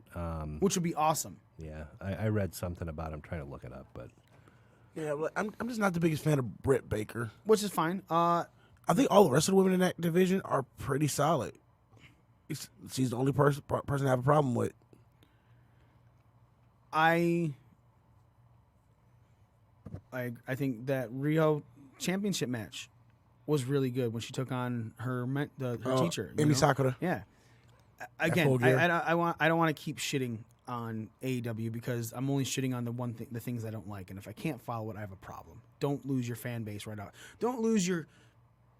We've always said it. The casual fan base is what you need to bring in, right? There's a reason that your ratings are. There's also. Did you see the demographic numbers of? I did not. Yeah, I've had those pulled up actually. But that's fine. But again, if you're keeping the demographic, but you're losing in the ratings, that means you're losing your casual fans. You know, AW had 1 million plus the first 3 weeks, then 962,000 week 4. Then almost 1 million before the last pay-per-view, Full Gear. 957,000. You know, no, I'm sorry. That's the after Full Gear episode. 957,000. The one before Full Gear was 822,000. Again, man, I'm not. You have to make it consistent. We're done talking about that. I keep saying we're done, and I keep going back. Let's talk Survivor Series. Survivor Series is emanating tonight. Again, if you're in the Metro Detroit area and you are listening to us, you are watching us, man, fucking come to B-Dubs, downtown Detroit. No cover, family friendly. Get your ass to Buffalo Wild Wings for Survivor Series. Huge party going on. AJ Styles, Roderick Strong, and Shinsuke Nakamura fighting each other to see who is the better mid-card champion. Then the tag team champions, New Day, Undisputed Era, and Viking Raiders are facing each other. Not for the title, but again, just for bragging rights for brand supremacy. And then the women's champions, Becky Lynch, Shayna Baszler, and Bayley fighting each other. After that, the NXT championship is being defended. Adam Cole versus Pete Dunne. Sneaky Pete. Sneaky Petey. The WWE championship is then being defended as Brock Lesnar takes on Rey Mysterio in a no-holds-barred match. The Blue Universal Championship is being defended as Bray Wyatt takes on Daniel Bryan. Hey, let's be honest. It still looks better than the fucking ugly-ass red one. I like it too. I have a problem with it, but I was thinking about that name yesterday. I will be very honest. I was at work and I was like, yeah, Blue Universal. Then the Survivor Series match, Team Raw versus Team SmackDown versus Team NXT. Team NXT is going to be announced tonight. After NXT last night, we got an announcement of who the women's match, the women's are going to be for NXT. So it's Team Raw, Team NXT, and Team SmackDown ladies. And then what's next after this? Those are all the matches that are going on. Team Raw is captained by Charlotte Flair with Sarah Logan, Asuka, Kairi Sane, and Natalya. Team SmackDown is captained by Sasha Banks with Dana Brooke, Nikki Cross, Lacey Evans, and Carmella. And Team NXT is captained by Rhea fucking Ripley with Toni Storm, Candice LeRae, Io Shirai, and the EST of NXT, Bianca Belair. The men's match is Team Raw, as we said earlier, captained by Seth Rollins with Randy Orton, Drew McIntyre, Ricochet, and Kevin Owens. SmackDown is captained by Roman Reigns with Braun Strowman, Baron Corbin, Shorty G, and Mustafa Ali. You guys excited for this? I kind of am. I've not been excited for Survivor Series in a long time. I think the only thing that kind of excited most people about Survivor Series last year was the rise of Becky Lynch that led to the whole WrestleMania thing. Mm-hmm. But outside of that, Survivor Series used to be one of my favorite pay-per-views. It's lost a lot of luster, and I think that this whole NXT angle going into this year, it's the first time in a long time I've actually been looking forward to Survivor Series. Nick, what about you? I do have to agree with Smitty. It's been an interesting take with NXT coming into the picture.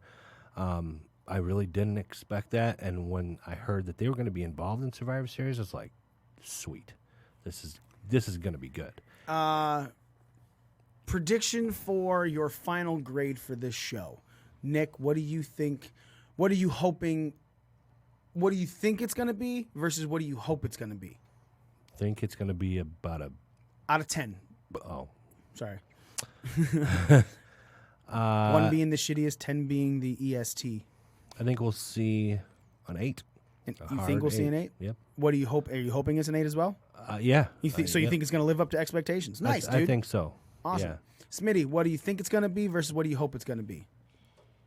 I'm always hoping for an 8 or a 9. Okay. But I think I think it'll hit that 7.5, 8 mark possibly. I'm in the boat with you, Smitty. I'm hoping for a 9 because I'm hoping for a fucking 10. I hope this is the best pay-per-view WWE puts out all fucking year because I think it'll be better to showcase it just like that with a 10. The problem is I don't think it's going to do that. There's a lot of things that are going to go in here that I think are going to, some spots that people should win, aren't going to win. I'm expecting a 7.5. I'm still expecting a really good pay-per-view. I'm expecting their best pay-per-view no matter what. I'm hoping it's the best pay-per-view, period, of all the shows this year. But I think it's going to be the best WWE pay-per-view for sure. That being said, let's go into a little bit of our Pro Wrestling Scorecards predictions. Again, we're not going to go fully into it, but we are going to talk about it. ProWrestlingScorecards.com, ladies and gentlemen. You go there, fill out your Survivor Series. You got A little over 5 hours still, if you want to fill it out, man. It's the cutoff is, let's see, if it's a little over 5 hours, it means the cutoff is 6 o'clock. No, yeah, 6 o'clock our time. 6 o'clock Eastern Standard Time, which is when the pre-show kicks off for Survivor Series, because Survivor Series starts at 7. So, the mid-card title.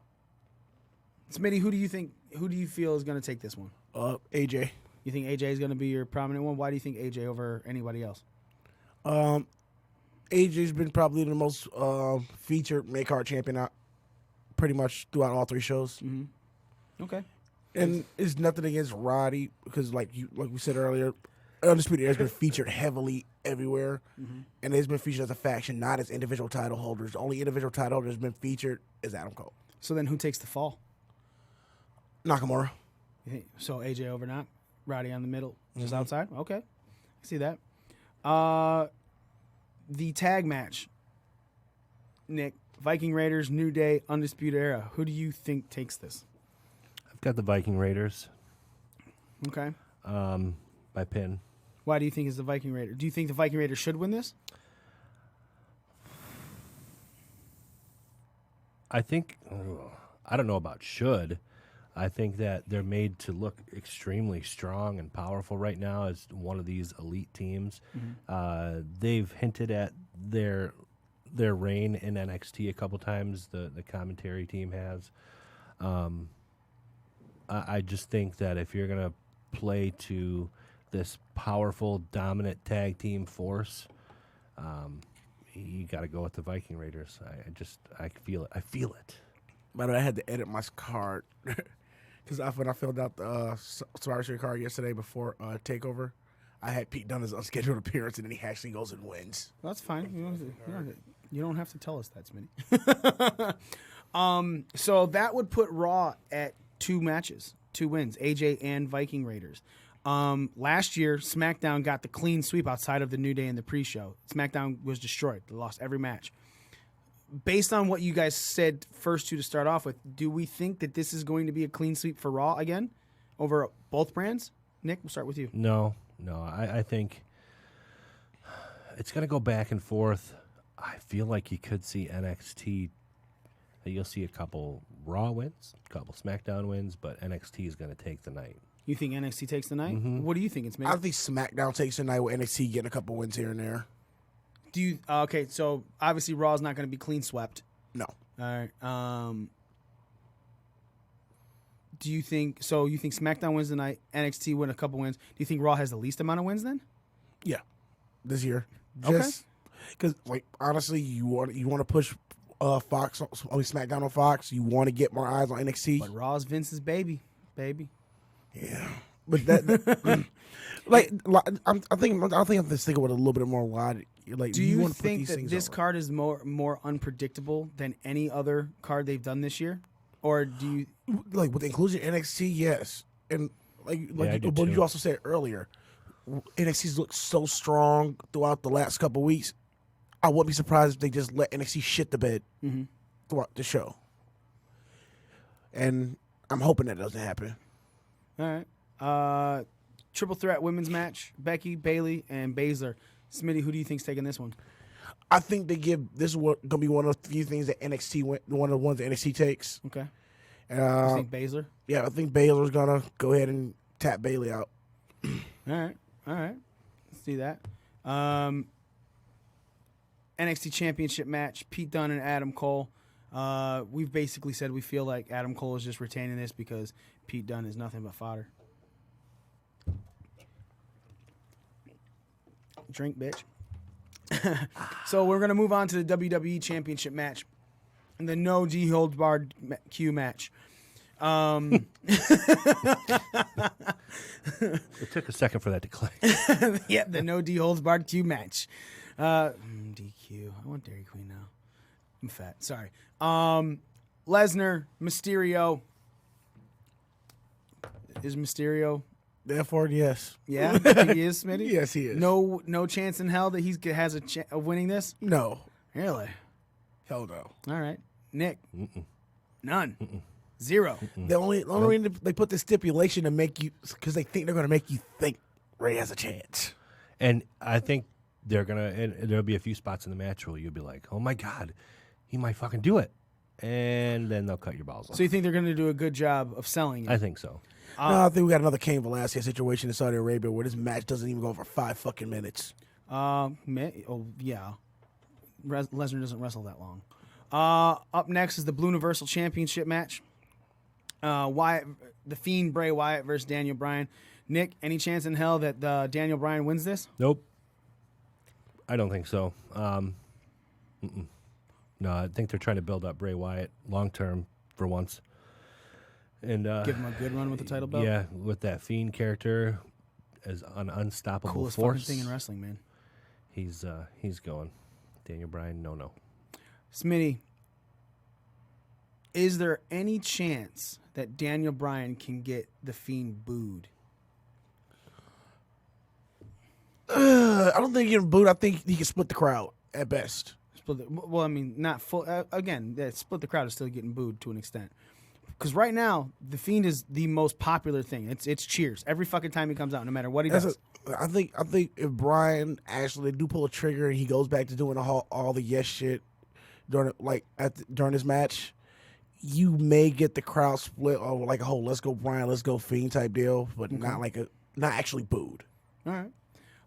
Nick, Survivor Series men's match. Obviously, we do not know the NXT competitors, but which team do you think is going to take this one? Fuck. Ooh, that's not a team. No. I've changed it twice. At first, I had SmackDown Roman Reigns being. I stuck with that one. And now I changed it to NXT with unanimous talent making the final fall over Baron Corbin. Woohoo! Unanimous. But I'm still teetering. Anonymous. I'm still teetering with that Roman Reigns pick because I feel like they're going to try and push Roman Reigns to the moon still. That's gonna be the guy to take the title off of Wyatt. Yeah. That's even worse, dude. You thought you got him booed by winning that Rumble.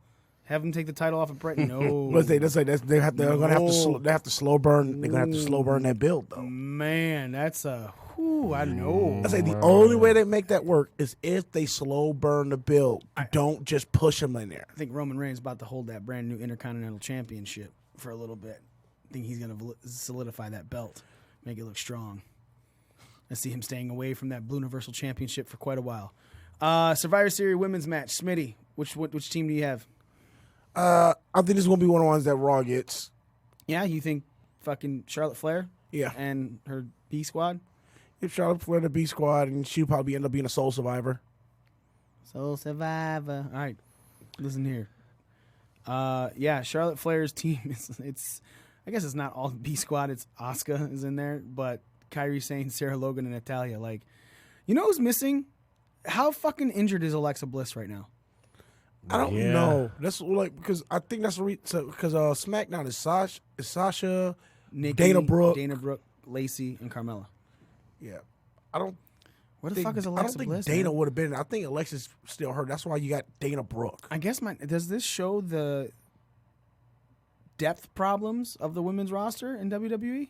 Yeah, because look, okay, here's Team NXT: Rhea Ripley, Toni Storm, Candice LeRae, Bianca Belair, and Io Shirai. You still have, again, she's injured, but let's just talk about the people who aren't on this team that could. Mia Yim, amazing fucking talent, right? Tegan Knox, amazing fucking talent. Dakota Kai, Shayna Baszler. that's 4 women right there that are fucking top-notch main event women in NXT. But look, I'm all for featuring people that haven't been featured, right? But when you see Sarah Logan thrown into this, and you see Dana Brooke thrown into this, by the way, Dana Brooke's coming along a lot. Like, we've seen her wrestle, we've seen her out there. She looks way better than she has. Yeah, she's Carmella in it. Yeah, she 100% made a tremendous improvement. But then you got to think, okay, who else is on the Raw women's roster? Nobody. Crickets. Who else is on the SmackDown women's roster besides the champions? Nobody. I'm literally going to Alexa. She's on SmackDown, so I'm literally going to this because I have to know. Is Alicia Fox still active? No, she's in rehab. Yeah, Congratulations to her for coming out for that, announcing it and everything. That's awesome. About time. You know, the Raw. So Raw is Billy Kay, Peyton Royce. Oh yeah, the Iconics. We forgot about them. I think the world forgot about them after they took the Liv titles Morgan, off them. Naomi, Ruby Riott. She's injured still though. Yeah. Zelina Vega. That's Raw. Okay. Why can't I find the superstar button? Oh, Sonya Deville and Mandy Rose. Sonya Deville, Mandy Rose. Yep. Okay. There it is. Alexa Bliss. Again, we think she's injured. Ember Moon, injured. She announced that on WWE Backstage. Shit, we have to go into that. Fuck, so much to go into. Lana, Mandy Rose, Mickie James, Maurice is on the list. Really? She's on maternity Yeah, leave, isn't she? yeah, she had a baby, so I don't know why she's. I don't even know she was a superstar. Yeah, Sonya Deville. Yeah, Mickie James still active? Tamina. Oh. So, yeah, man. There's. See, that's a whole bunch of who cares, and I don't mean that in any disrespectful way. Outside of everybody on that list, Alexa Bliss is the only one we really thought about. It's like, okay, she's the only one that probably would have made a difference in any of this. Everybody else is either hurt or who gives a shit. I think you're about right with that one. I think NXT takes the women's for sure, especially with the announcement of who the team is. All right, final thing that we're going to talk about, and we're fucking out of here. WWE Backstage had the return of CM Punk to some sort of WWE television.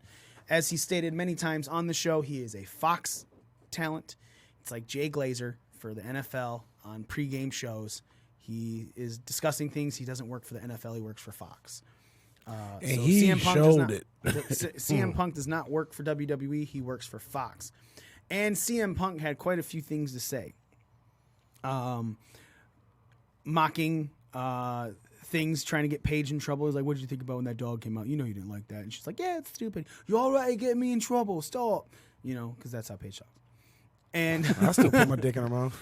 Yeah, she sounds like it already is. CM Punk trolled Renee. She was talking about, you know, you were out here when those Shield guys came in. He goes, oh, those Shield guys, which one's your favorite? And she's like, I like them all the same. No, you don't. You're banging one of them. I'm married to him. Just can't say his fucking name. So again, CM Punk doing CM Punk things. How did you feel about his appearance? Are you excited are you going to watch Backstage more often now? I'm going to watch Backstage a little bit more often. I kind of clip noted it this week because it's so much to watch in general. And I 11 p.m. on Tuesday nights, Eastern Standard Time. And there's so much I like. I'm making sure I watch stuff I want to watch on top of keeping up with the stuff I need to watch for this. What I like about it is it's live. It's not a recorded show, so there's no edited comments. It's live, so everything that's said is said. Nick, did you get a chance to watch it this week? I started to watch it. I didn't finish it because I was watching it Tuesday night and ended up passing out. But I did see some of it, and I'm going to try and tune in more. I like that. It's unscripted. It's raw, and we'll see if Punk can kind of keep up this. I still think he's a character on the show, but his character as CM Punk. It was interesting. Did the ratings go up? Yeah, jumped up quite a few. Good. It's like why is Book there? I mean, granted, there were like 56,000 people watching, and it jumped up to like 156,000. Again, still tripled. You know. The comment that he made to Renee was really. Yeah, it was fucking great. Which one's your favorite? That's it for us, man. We're fucking done. We're going to be at the Buffalo Wild Wings in downtown Detroit tonight for Survivor Series.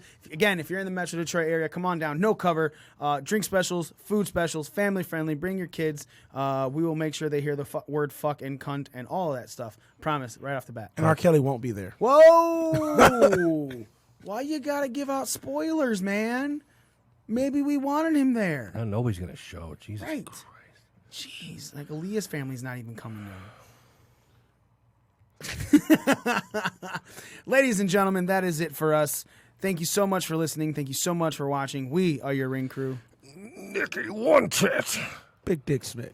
And me, the almighty one and current ring crew champion, not for long, gonna lose to Nas, himself, Mikey. Damn you, midget stripper. We are out. Loser.